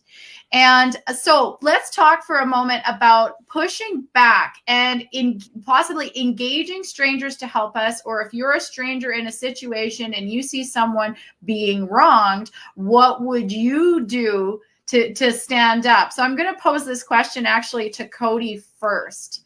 So imagine a situation where someone is having their rights or freedoms violated in some way, and you were a witness to that. What would you do? I think the first thing I would do is I would grab out my phone to have evidence of exactly what was going on, whether that's just quickly grabbing, starting a live stream, a video, a voicemail, whatever you can to start that, have it in your pocket to have that evidence, because it is your word versus the police officers. And we have seen them twist words, twist stories all the time. And we just want to protect each other, and we got to help each other. And if we see that happening, go in and do whatever you can, talk to that person, kind of give them just do whatever you can to make sure that they are being treated fairly and that they are being legally detained. Okay, we're going to go to Veronica next. If you saw someone in a situation, what would you do? I would definitely stand by their side, try to get clarity of the situation, and start questioning what laws or legislation that is being broken, and demand a copy of it or something like that. Oftentimes when you speak in those terms, it makes the other person, like in my situation with the security guard, it makes them step back a bit and question, okay, well, what am I doing, right?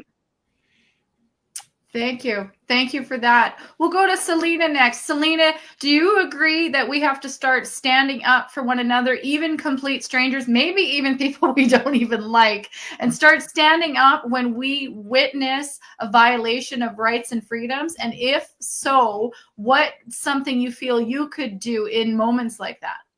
Right. Well, I just wanted to say that I just noticed that Fred invited us all over to his house for Christmas. So we're all going to everybody. Okay. No, I have to admit that one of Cody's videos resonated with me a few months ago. He was at a Canadian Tire and he was standing up for his rights, and he didn't have anybody with him, unfortunately. And the first thing that came to my mind was, if I was there, we would have been shopping, we would have been in that place, got what we needed, and we would have left free. Because I've been saying for months now, strength in numbers, and stand up for each other, and be prepared, like Veronica says. Vlad has that friend of his, I can't remember her name, the brunette, and she always carries the laws with her. so she can show the security guards like what the laws are. So, you know, I'm always prepared for an information session wherever I go. And I have that look on my face, that resting bitch face. I know I've been told, but it's like, try and get a mask on my face and you'll be schooled by the time I get out of here. And I'll have my stuff purchased and I'll be heading to the car by the time, you know, it actually resonates with you. But I just think, you know, as long as you're delivering the information in a way that's still respectful, they'll hear it and you can just get on with your day. Because I don't have time for this bullshit anymore, to be quite honest. Right on. Thank you, Selena. Pat, what have you got to add to that? Number one. Show me where there's a law that states that I have to wear a mask in here. Okay, you're going to tell me that I have to wear a mask in a store? Do you offer a service? You're offering a service. I cannot be charged with trespassing. Your service that you're providing, here's my money. I'm purchasing a service. We are in contract. Therefore, I do not have to follow. I only have to follow your mandate when we're in contract. If I have yet to purchase something, I do not have to follow your mandate because it is not a law. Understand that services provided by malls, and as much as they want to say this is a private business, no, it is not a private business. This is a service provided to the public that you are offering, and I am here to utilize that service. I suggest go on to Hugs Over Masks, look at Vlad's paperwork that he has on that. I think it's hugsovermask.ca. Like Selena said, she's bang on. Grab that paperwork, and if you have to, carry it with you. Now, for the protection of somebody who is in a situation, and I see somebody on here in your little comment trolls like to say Pat's answer to anything is violence. There is nothing to do with violence. I've never been violent once. You can be assertive, and it'll still be enough to stop what's happening. Number one, you see a woman and her children that are being harassed, and trust me, I screenshotted that little skinny puke and his hand up like Adolf Hitler. I screenshotted that little puke. And I tell you right now, if that kid would have told that to you and I had been standing there, I would have went and stood right in front of him so that you were protected. Because remember, men, and if there are any men out there, your job is to protect the women of the tribe. Your job is to stand up for women and children. You need to protect these people. They are our life bringers. They are our mothers, our nurturers, our healers. These women need to feel protected. You show the women that you've protected them. You've just empowered the biggest lioness in anybody. So men, grow a pair of balls and stand up for these women. I don't care who you are. And if you see another man that's being attacked or accosted by a security guard, go stand up with him and say, hey, brother, you need a hand? And just stand with them. I love it, Pat. Thank you. Thank you for that message. We got us down together. I have a suggestion now to help people feel prepared. And here's one of my suggestions. I know that we're being inundated with a lot of information, and I know that that information can feel overwhelming at times. And so one of my suggestions to our viewers is you write out what you might say in a certain circumstance, whether it's the mask, whether it's the vax pass you're facing, whatever. You write it out. And then you take what you've written, whether it's a paragraph or two, and you practice reading it out loud in front of a mirror or in a meeting like this, and you practice it a few times. Even practicing it once will make a difference. It will help you own the words. They start to become your words, and you'll be that much more effective when you practice them in public. So as you can see, these activists we've had here have had plenty of experience being out in public, and maybe there's some of our viewers that are looking to gain that experience. Do you guys basically agree that in a sense, we're training for war? Right now, we are training for war. And these confrontations we have, whether it's about mass or whatever it's about, is actually training us for what's to come. So do you agree we're training for war? We're going to go with Cody first to comment on that. I just like to put out a quick disclaimer to CSIS, RCMP, and all the officers watching. This is a hypothetical question topic that we are discussing. It's a war of words. That's what I mean. It's just a war of words. So, Cody, go ahead. No, I absolutely think so. I think it, if we don't stand together now and we don't start building our groups and if we don't stand together, I don't think we'll ever be successful. I don't think we'll ever win. So in the sense, it almost is like a war against us versus the higher ups who think they're entitled and can control us and run our lives, our kids' lives, hurt our kids, harm our kids. It is a war to me, a war of words, which I like you say that, Benita. But I really think we're getting prepared because we don't know what's going to happen next. Thank you, Cody. And so if a person is having trouble standing up just with regards to mask and they're essentially bowing down and saying, I will obey, I'll wear the mask, I'll cut off my own right to breathe, I bow. How on earth are they going to muster up the strength to stand up when even more intimidating forces are in your face? So we need to stand up now if we haven't already. All viewers need to stand up. And so we are working towards potentially greater intimidation. Maybe they're closing borders. Maybe they're stopping cars and saying, hey, you're only allowed to grocery shop once a week. What are you doing grocery shopping today? It may be heading that direction. And so as we're mustering up this strength, do you feel it's important that we practice in some way pushing back? And just like going to the gym, you work out, you get stronger by doing rather than just watching other people doing. Pat, can you comment on that? Oh, boy, I don't know. No, I'll go to the next one. I'm going to think of something really good to say. Okay, that's fine. We'll go to Selena. Oh, we could be here all night then, Pat. No, I'm just kidding. No, Benita, honestly, I think it just comes down. Okay, well, here's what I've been saying, and it's been in my experience under our current government, our current leadership. It feels like we're in an elementary school play yard. Like it's just bullying at the elementary school level from top down. That's what it feels like. And we just have to empower our kids at this point and teach them how to stand up to bullies, even when they're dealing with adults in some situations. The techniques and the strategies and the communication is always going to be the same. Just simply no, thank you. I reserve the right to decline that. As my son says, and I've empowered him to say no to the masks at school. You can't force me to wear that mask. I want to call my mom. So we had to do that on 3 occasions because they wouldn't let him call me. So I challenged them on it. As Pat said, I stepped up to the table as his parent. And, I don't mind confrontation, especially when my child's rights are being abused and he's being bullied. And he's right. You just call them on it and they back down. That's what bullies do. They back down when you bring attention to it. She's right. And anybody who knows anybody who's ever been through the bullying process, and I'm one of them. I've been bullied a lot when I was a kid. The second you stand up to them, they cower. And sometimes, it comes to fisticuffs, and watch how fast they cower. But at the same time, when it comes to the school system, this is the absolute epitome of disgusting, is watching teachers telling kids to not play with that other kid because they're not vaccinated. That's the most disgusting part. And I've seen it. My child has been a product of it. That is why he got the jab. That is why he let his mom go ahead and do that. He felt that he wasn't one of the other kids in class. And I know this for a fact because he sat crying to me, telling me this one day. And I said, don't worry about it. I'll pull you out of school right now.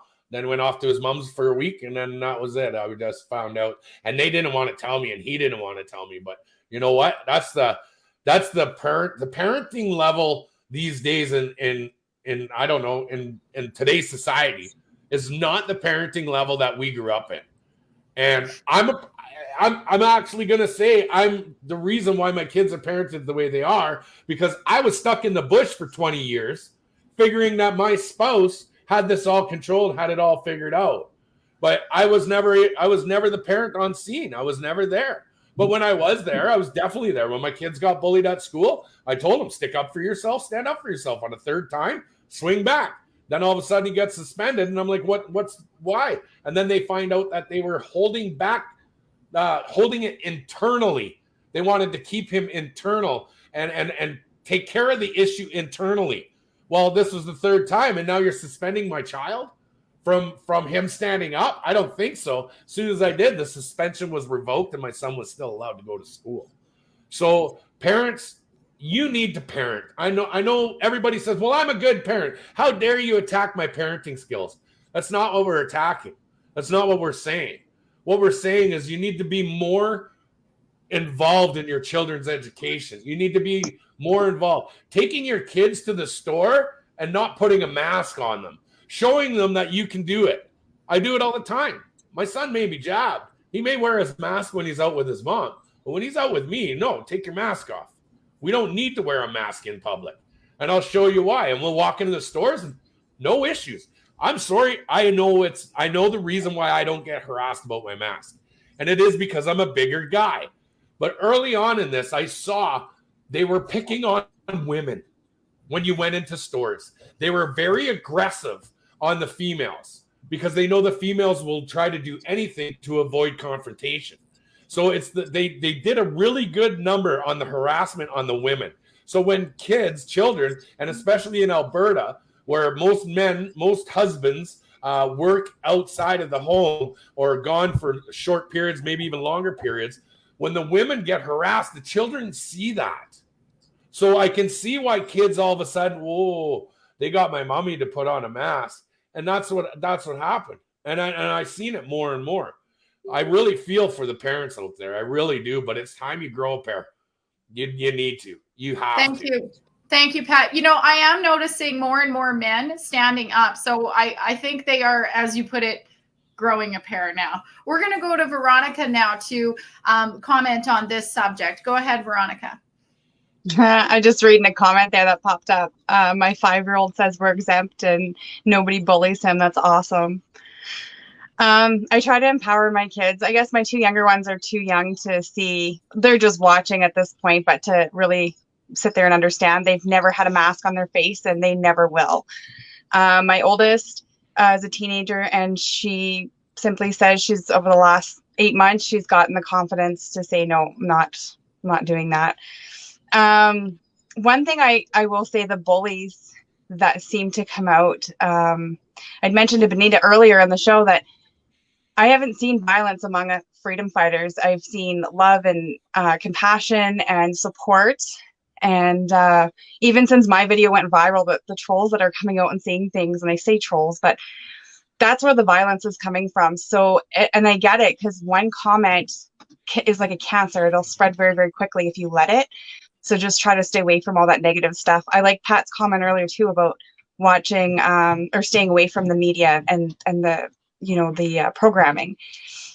I can understand why people don't stand up.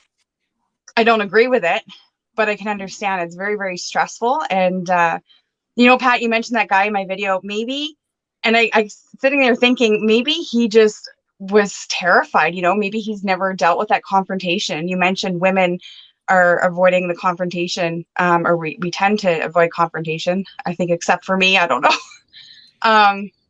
Nobody wants that. Nobody wants to cause confrontation. But with that, no, nobody wants that.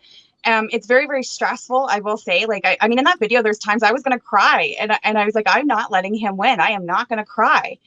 So I can understand. I really understand why it's scary for people to stand up, but look at the people that stood up the next day, the next week, and days after. It's power numbers, and it just takes one person to light that fire, and then it goes right. So we just have to remember that. It's infectious. 100%. I'm all fired up, and I've been all fired up. I loved being in Grand Prairie, by the way, back in April for a rally. I love Grand Prairie and Peace River and all those places. Just sometimes got to get people fired up, and then you find out how fired up they are later. This is awesome. Okay, here's our next question, and it kind of has to do with firing up a situation or potentially escalating a situation. So the question is twofold. In what circumstance do you realize you need to de-escalate the situation, calm things down? and how would you go about de-escalating it? And in what circumstances would you actually escalate a situation and cause a greater intensity? In what circumstances, if any at all? Because most of the time I'm usually trying to calm people down. Sometimes I want to get them revved up, but under what circumstances would you do that? So de-escalating a situation or escalating a situation. Cody, go. I think for de-escalating a situation, if you are just at a store, with a security guard or worker, and they're really pushing things onto you. The best thing is just, if they're not understanding, they're not listening, they're just harassing you, they're following you around. The best thing is to just stay calm. And if, you're trying to get riled up and trying to explain to them, but they're not listening, just stay calm and walk away. Just don't, escalate the situation, because then you'll have the police called and then they'll come crazy. But I think the best time to escalate a situation is if the police are illegally arresting you and there's people around where you can cause a scene so people know that you're in danger and you need help. I think that's probably the only time where I personally would think that it's good to escalate the situation, when you're in serious danger and these people are really after you and you've done everything you can to help. I think that's probably the best way for that. Thank you for your thoughts on that, Cody. We'll go to Selena next. When is it time to de-escalate a situation? How would you do that? When might it be time to escalate a situation? Well, I mean, de-escalate would be, like Cody mentioned, just to be calm, and in some cases remove yourself even from the situation. Take your phone out, record. And what I've done when I had that altercation at BC Liquor Store was I called the store manager the next day and I filed a complaint. So the particular security guard was literally herding me around the store so that I wouldn't buy alcohol. Like, he was less than 2 feet away and he was herding me around the store. So I was recording it, and of course I called the next day. So that to me is an escalation of sorts, but also a de-escalation.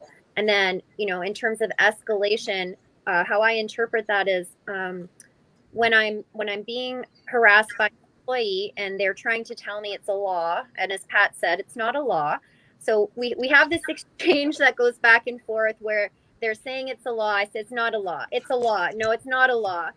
And then I say, can I talk to your manager, please? Because in most instances, the manager will come around and say it's not a law, and then the employee's like, well, why the hell am I wearing a mask? So that has a positive outcome usually when I escalate to a manager level, and then they leave me alone after that. So those are my examples, and I just want to mention that I would like to go to Grand Prairie and hang out with Veronica for the week. I think that would be fun. Road trip. Come on, G-Pay in the house. Whoop, whoop. Well, that sounds like fun. Veronica, you're very popular these days. Sounds like a shopping trip. Oh, yeah. Okay, but not this Saturday. This Saturday, No. Cody said shopping is in Edmonton. He just hasn't said exactly where yet, but anybody who wants to shop with Cody in Edmonton, you can do that after the rally at the Alberta Legislature. So Cody will be there making announcements. So the question right now is, when do you know it's time to de-escalate a situation, and how do you do that? And when might it be time to escalate the situation in some way? So we're going to go to Veronica now to answer this question. I seen Pat's hand come up, but you're going to be way longer winded. So one thing I want to mention to people, and this is kind of nerve wracking in my beginning, and it started with the mask. When you go into a store, oftentimes a store will say, you can't come into this store. Because if you guys notice that some stores will be sectioned off so that they can control the traffic that comes and goes. So if you get into the store and they say, you have to wear a mask when you have to leave, no, I don't. And you continue shopping in that store. You continue shopping because you are able to do so. And when they tell you that you can't because it's breaking the laws and they have a rule and this is a private property, etc., no, it's open to the public. I actually had heard from a lawyer that Costco, even where you pay for a membership, is even still not considered private, because anybody from the public can go and buy that membership and have access to that property. So any business that is offering that. So that's empowering in itself too, is just saying, no, I'm not going to leave the store. I'm going to continue my business. I'm going to continue shopping and doing what I need to do. And then I'll leave. The de-escalation, I can't stress the phone enough. We live in a world where technology is so huge and everything on video and proof of this, proof of that. So your phone is your best friend. Like I said, if you don't get a chance to hit the record button, that's fine. They don't know that. And most people will back off instantly. And then just remember to stay calm and collect. And then as for escalating, if I had to start escalating, like in the video, I started getting a bit loud when I felt threatened that the guy was going to put his hands on me. But I did ask him for the laws. I asked him for legislation. What section number? He directed me to a website, which, I mean, if you don't know what you're looking for, you may not find it. So I asked him specifically, what section is that he's using to kick me out of the mall and, you know, segregate me? So education is awesome. I should work on that myself, actually having papers with me. But there was a video recently where the lady sat down at Tim Hortons. I think they were having Tim Hortons in the mall somewhere. And she had all these laws, and even the police officer was questioning, you know, and looking through it for himself. And I thought that was awesome. Right on. Thank you for that, Veronica. Thank you so much. So we're going to go to Pat now. De-escalating a situation, escalating. What are your views, Pat? When and how? So when you want to de-escalate this, I'll tell you right now, when you see exactly like Veronica had to experience, when I see a single mother with children and 5 intimidating, wannabe rent-a-cop losers who think they're higher than God because they are friggin' mall cop Paul Blart riding around on a Segway, I'm going to jump right in there. And I'm going to tell you, look, you leave this woman alone or you're going to have issues with me. And if you're not going to leave her alone, I'm going to make that person feel protected. When it comes to a male in that situation, I'm going to ask that male, you all right, bud? You want me to step in here? You want some hands? Like you've got me if you need me. But the number one thing is these guys are trained in intimidation. These guys, that's all they have. They don't have anything else but intimidation. That's why you see that tall, lanky, skinny little punk thinking he's the biggest guy in the room. And that little scrawny sack of bag of bones, I'll tell you, he was shitting his pants. And he was. You can see it. But you see, they're trained in intimidation. Same with police officers. Police officers are trained in intimidation. That's how they control the scene. Steal that power away from them, intimidate them back, watch what happens. Straight up.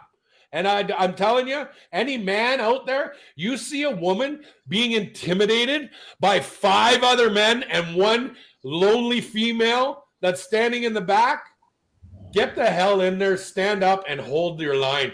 Hold fast, man. Hold fast, hold the line. Right on, right on. Thank you, Pat. I remember that day I was coming out of West Edmonton Mall December 4th, and it was just me and 1 female friend. And I saw a couple of guys, and I asked them to walk with us, but maybe they didn't understand my question. But I had 7 security guards come out after me. 7 men for just me and this lady. And these 2 guys were kind of nearby. And I'm like, can you walk with us? You know, partly for protection, witness, just power in numbers. And maybe they misunderstood my question, so they didn't come with us. So it was just me and her. We basically took off. But the mall caught up with me later and issued me paperwork. Anyways, the next question now has to do with coming events and coming projects. Whatever it is you're working on, whatever significant events you think you'd like to share, possibly so people can watch online or attend in person or support in some way. So, for example, right here at Edmonton Freedom Central tomorrow, we have a broadcast at 4 p.m. Our guest on that broadcast is Donald Lee, and we're going to be analyzing the new restrictions here in Alberta for Christmas. So I have a hunch you are going to enjoy that. We're going to have a little bit of fun with it. And that's 4 p.m. right here at Edmonton Freedom Central. Now, tomorrow is the day you get 2 shows for the price of 1. We also have a broadcast at 7 p.m. And in that broadcast, I will personally be interviewing Pastor Archer Pulowski. We'll be talking about the Solidarity Project in Poland and how the Solidarity Solidarity Project is starting up here in Canada. So that's happening tomorrow at 7 p.m. here at Edmonton Freedom Central. I'm also involved in the Alberta for Liberty event happening in Edmonton this Saturday, music at 11:30 at the Alberta Legislature grounds. That's happening there. And then the speeches and more music from 12 noon to 1 p.m. And at 1:15 p.m., we march in the streets. Join us this Saturday. And then there's more Edmonton Freedom Central programs next week. So we hope you'll join us. So now we'll hear from Cody. What's coming up for you, Cody? So I don't have a whole lot of crazy projects coming up, but all my projects can be found on my Facebook page, Cody Kuntz, or on my website, codykuntz.com. I do have my book that has my whole story and shows how to get active and how to get out there and fight, and what I've been through in my journey about being arrested, being criminally charged. That's all out there, so you can get my book at codykuntz.com, and it explains it all. And I'm just, here to help people, and anybody who needs any help, with going into a store or vaccination exemptions, anything, reach out to me, and I will get that sent to you as soon as possible. Well, thank you very much, Cody. I appreciate that. And you're going to be at the Alberta Legislature in Edmonton this Saturday. Absolutely. I'm excited. It's going to be a great event, and hopefully the weather is not too bad. And and I hope we can go shopping too. I hope Selena joins me too, and we can go get some Christmas shopping and have a great weekend. Live life. And you're giving a speech Saturday too, right? I am. I'm excited. Okay, I'll introduce you Saturday. I'll think of something nice to say. It'll be fun. I'm excited. I hope everybody comes out. Okay, so Veronica, what coming events, what can you tell us about happening in your area, in Grand Prairie, whatever? What can you tell us about, whether it's events or projects or endeavors, what's happening? I don't know. I kind of play it day by day because I've got little ones and whatnot. And with Christmas coming, I'm just trying to stay close to home. But if there's an event coming up, I try to go. One thing up in our area, up in the north here, bornfreegp.com is a group of freedom fighters that just came together and said enough. And they made a web page. They try to keep it updated with all kinds of information from, everything from simple laws to serving your employers notices and things like that, with upcoming jobs that people are facing, job loss and whatnot. So, there's lots of good information. I think Action for Canada has been pretty active up in that area as well. Another good site to check out is, and this is more in the politics aspect of it, if you're kind of sick of Jason Kenney, like most of us, the Alberta Unity Project is something to check out. They have a Facebook page, and the things that they're doing, they're traveling around, having some conversations with people about change, about real change. And that's kind of something I'm really, really getting into now. But other than that, I'm, planning a shopping trip with Pat and Selena, and Cody, of course, is welcome. Looking forward to it. Thank you very much, Veronica. I appreciate that. That's good to know what's going on. I've worked with the group bornfreegp.com, and I've partnered with them in a sense on a few events, and I found them to be very, very good. You've attended some of their events, haven't you? Absolutely. The passion is huge, and unfortunately a lot of people have to work and whatnot, but the passion's there, the support is there. It's amazing. So I just want to address one of the comments. I'm trying to keep up with some of the comments too. Somebody said, we need more freedom fighters on here. I wish we need more people to stand up. You be that person, and then you watch how quickly somebody else stands beside you. So I know, like, we talked about that nervousness and whatnot and the anxiety of it. Man, that's what needs to happen right now. Let's do it. Let's work together and let's just do it. I love it. I think this is a great time for me to mention a concept that's out now. It's called the Team of 12. And the Team of 12 is this idea where you get in touch with 11 other freedom fighters from your area. We must all know at least 11 freedom fighters by now. And then you organize projects together. A team of 12 is just perfect, because if a group gets too big, it's hard to guide and redirect the group. So a team of 12 can make a lot of things happen, especially if you end up partnering eventually with another team of 12. So I've started to put assignments on my Facebook page, Benita Peterson. And at first it talks about how to organize this team of 12. You get your group organized, and then you let me know you have a team. And you don't even have to give me all the names. I don't want the names. You can keep them to yourself. I don't even want the leader's name. It doesn't matter.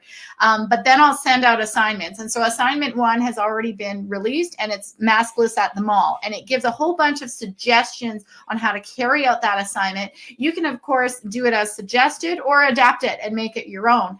But I'll give you a hint about assignments to come. And one of them has to do with banners on overpasses. Can you guess where I got that idea? And another one has to do with street corner protests. And it's just standing on the street corner with signs, waving at cars and interacting with cars, obeying all the rules, like don't step into traffic, and don't cross the road unless you're supposed to. Like, you obey all that, but you just stand with signs and you interact with cars. And 12 people at one street corner could get noticed by 1,000 cars or more in a matter of a few hours. So street corner protests are going to be one of the assignments. Also, for the teams of 12, there's assignments for people who don't want to be in the public eye, and they want to help out from behind the scenes in other ways. So there's going to be assignments for those teams as well. Again, I don't want to know all your names. If you want to stay anonymous, you don't want to be famous, that's fine. But we appreciate if you at least submit in some way what you're up to. And even if we don't give your names, we can at least say, hey, there was a team that did this and a team that did that, and we'll give you some extra support that way. So speaking of projects and events and things, what's coming up for you next, Selena? Right. So I guess it looks like I'm going to be going up to Grand Prairie and meeting some new friends. Oh man, those mall cops, they don't know what's coming. At Nairo. No, it should be fun. And that's, freedom is fun. And that's what we're here to promote mostly. And, just taking our power back. So we're definitely, I would love to come there, do a shopping trip, do a live on Edmonton Freedom Central, and just, show everybody that, it can be fun. Have to be confrontational. It can be fun. And the other thing that is going on, I know, Veronica, you mentioned Action for Canada. Tanya Gaw is doing wonderful things there. They're making lots of progress throughout BC with the schools. So there's, it's ramping up here in Alberta. I'll just put it that way. We're ramping up to do the same, working with some mama bears, lionesses, and we're going to be serving those NOLs like Christmas cookies. We'll be giving them out like Christmas cookies this year at the schools, because we do have a problem at the schools. The schools are locked. They're all masked up. Everything's virtual. Parents can't even go in the schools anymore. I mean, it's a problem we need to address here in Alberta, and we're doing that now and into the new year. So I'm looking forward to getting some results there. Right on. It was a privilege interviewing Tanya Gaw, and if anybody hasn't yet seen that interview, it's on the Edmonton Freedom Central page, and it's from Thursday, December 9th. You can learn all about Action for Canada and their projects and their website. Tanya Gaw interview December 9th right here. Okay, Pat, what's coming up for you? We all want to know, are you the kind of person you have to book events now at undisclosed locations, or are you still doing public events? What's up for you? What's happening? And do you ever want to come to Edmonton on a Saturday and deliver a speech or something? Let us know what you'd like to do. Well, first and foremost, everybody's looking for solutions, and their solutions are to this. We're trying to get prepared through the networks and how we're going to get this. And I'm working really closely with Svetlana now with Ezra Health and Wellness. We have a one in December 27th in Calgary. There'll be a conference with regards to getting Ezra Health and Wellness up and running. We've just obtained a orthopedic surgeon who will be getting on board with the team. So there'll be a conference, locations to be announced. December 27th is Calgary. December 29th is Red Deer. And then I believe December 30th, we're going to shoot for Edmonton. But that being said, you know me, I can be anywhere at any time. I could be halfway across the country within 4 days because I can't fly anymore. But there's an event coming up this weekend. that we'll all be taking part in. But I just wanted to throw Selena this one. This just came through the pipeline right now. Selena, you don't have to drive to GP. Kevin's donated his plane, so we'll be flying up. Oh my! Nice. I want to go too. I want to go too. Double back to get on that plane. No, not on this one, baby. Not a chance. No, Kevin just texted me. I just got the message here. He says, weather pending. I'll book the plane for GP. My treat. Just need a date. I said, oh, awesome. Thanks. He says, weather pending, of course. Now watch the camera and be good. So we know everybody up there. We know everybody up in GP. We're going to put something together. I can't stand it. See, here's something that me and GP have a lot of history with. GP's written down just like Red Deer. Now, I'm in Red Deer. The layout of the city, everything. I worked in GP for about 10 years. I worked down the Warehouser Road, Grand Cache, up north Beaver Lodge, Sexsmith, Dawson Creek. I damn near moved to GP. I was that close. My office was out of Valley View. So GP holds a special place in my heart. And I love Grand Prairie. Grand Prairie was the next oil boom town next to Estevan, Saskatchewan.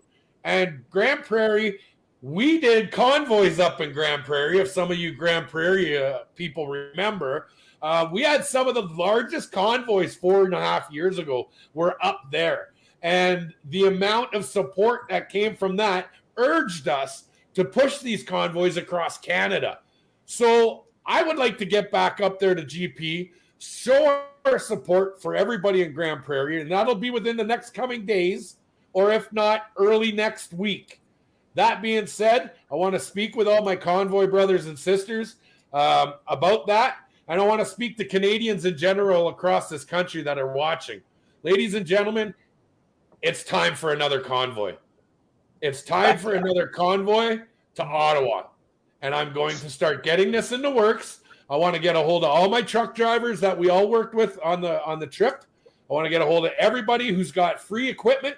If you're willing to provide, if we could provide drivers, we'll represent your companies again. We are going to do another nation-to-nation convoy. I promised Andrew Scheer. I promised Pierre Polyev. I promised Maxime Bernier. And I definitely sent the message to Trudeau the last time we were there. I said, the next time I have to come back here with a convoy, it's going to be a nationwide convoy. So I think it's time. I think it's time, Canada. We have what? I have 60,000 people in my group. You guys have how many people in your groups? If we can even just take 10% of that between everybody's groups and funnel a convoy across Canada, watch out, Trudeau. We need another convoy, ladies and gentlemen, and I mean it. This has to be done. These guys ain't getting away with this anymore. We have to push these politicians back. Jason Kenney, you're just a puppet. I hope you read the letter that was sent to you. And yes, that was courtesy of me. And you're welcome, Mr. Kenney. How much did they cost you to sell our province and our country out? And how much did they pay you to take our children? I'm done. I'm done. This is it. The major event that I'm looking at doing is the convoy. We'll do these little sporadic things around Alberta. But right now we're putting together logistics, fuel, places to stop, all that kind of stuff. We're putting together another massive convoy. Road trip. Road trip. Wow. Oh, it's a road trip. I can see a lot of people are interested in that already. This is great. We're getting the comments. It takes a lot of coordination with the RCMP and the OPP. I have to get a hold of Jason Finley again. I have to get a hold of all of them because we're not stopping. We're going to go. Woo! There's a lot of pissed off farmers. There's a lot of pissed off agriculture guys. There's a lot of pissed off oil field workers right now. There's a lot of pissed off people across this country. And, well, what better way to do it? Wait till you see that train of trucks rolling across the country, man. It's wild. It's the best feeling in the world. Well, I hear Worldwide Rally for Freedom is January 22nd. Maybe that could be the day for the convoy. Or did you have another date in mind? Well, our anniversary for the convoys, the day that we took it across Canada, was February 14th. We left on Valentine's Day for the love of our country. And when we left, it actually turns out logistically wise, the following day when we land in Regina, Saskatchewan, when we cross into Manitoba, it also happens to be Louis Riel Day when we go through Manitoba. So it works out very, very historical.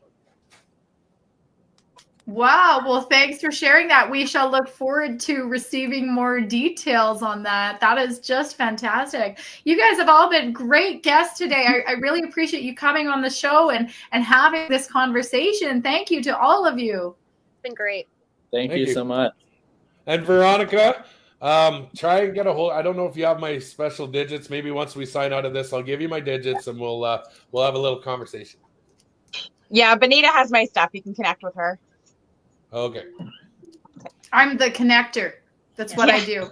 I'm a bridge. I do my best to bring people together as well as bring ideas together. And I'm game to hear from people of different trains of thought with regards to the things we need to do moving forward. And so if you have some suggestions for this show about guests we should have on this show or about topics we should cover, your suggestions are welcome. Just send messages to Edmonton Freedom Central. We welcome your suggestions. My name is Benita Peterson. I'm one of the contributors here at Edmonton Freedom Central, and I appreciate everybody so much for taking part of this broadcast, your comments, your shares. Thank you. And of course, obviously, our guests. How about a big round of applause for our guests?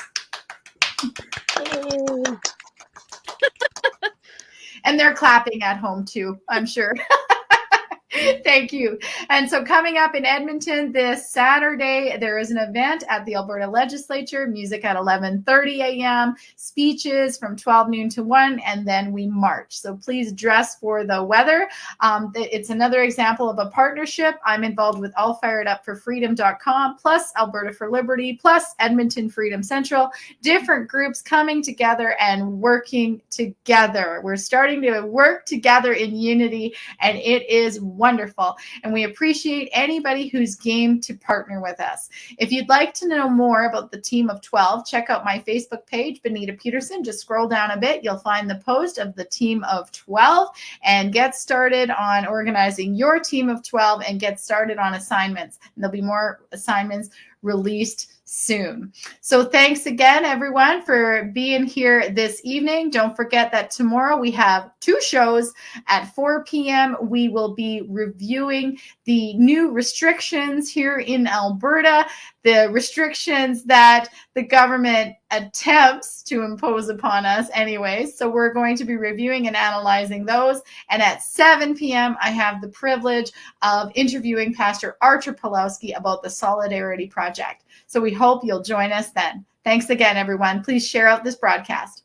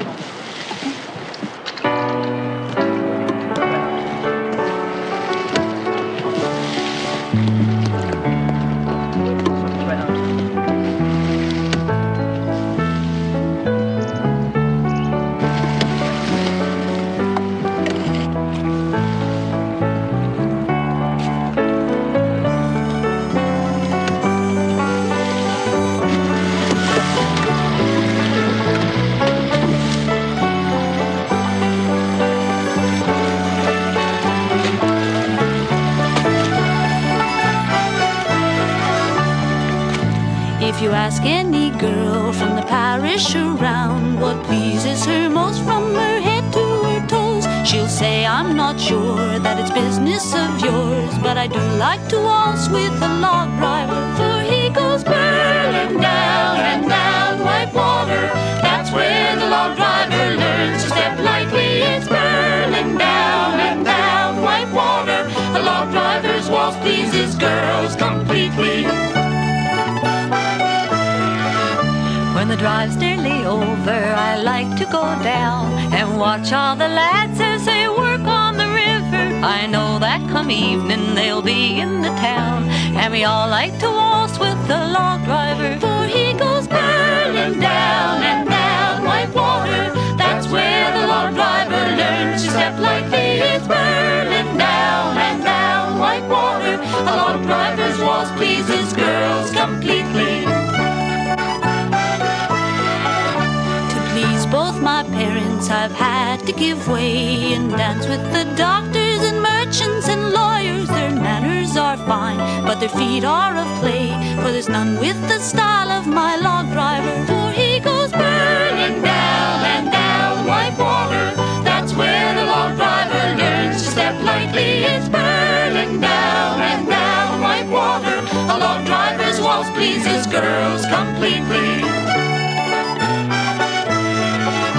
Now I've had my chances with all sorts of men, but none is so fine as my lad on the river. So when the drive's over, if he asks me again, I think I will marry my log driver, for he goes burling down and down Whitewater. That's where the log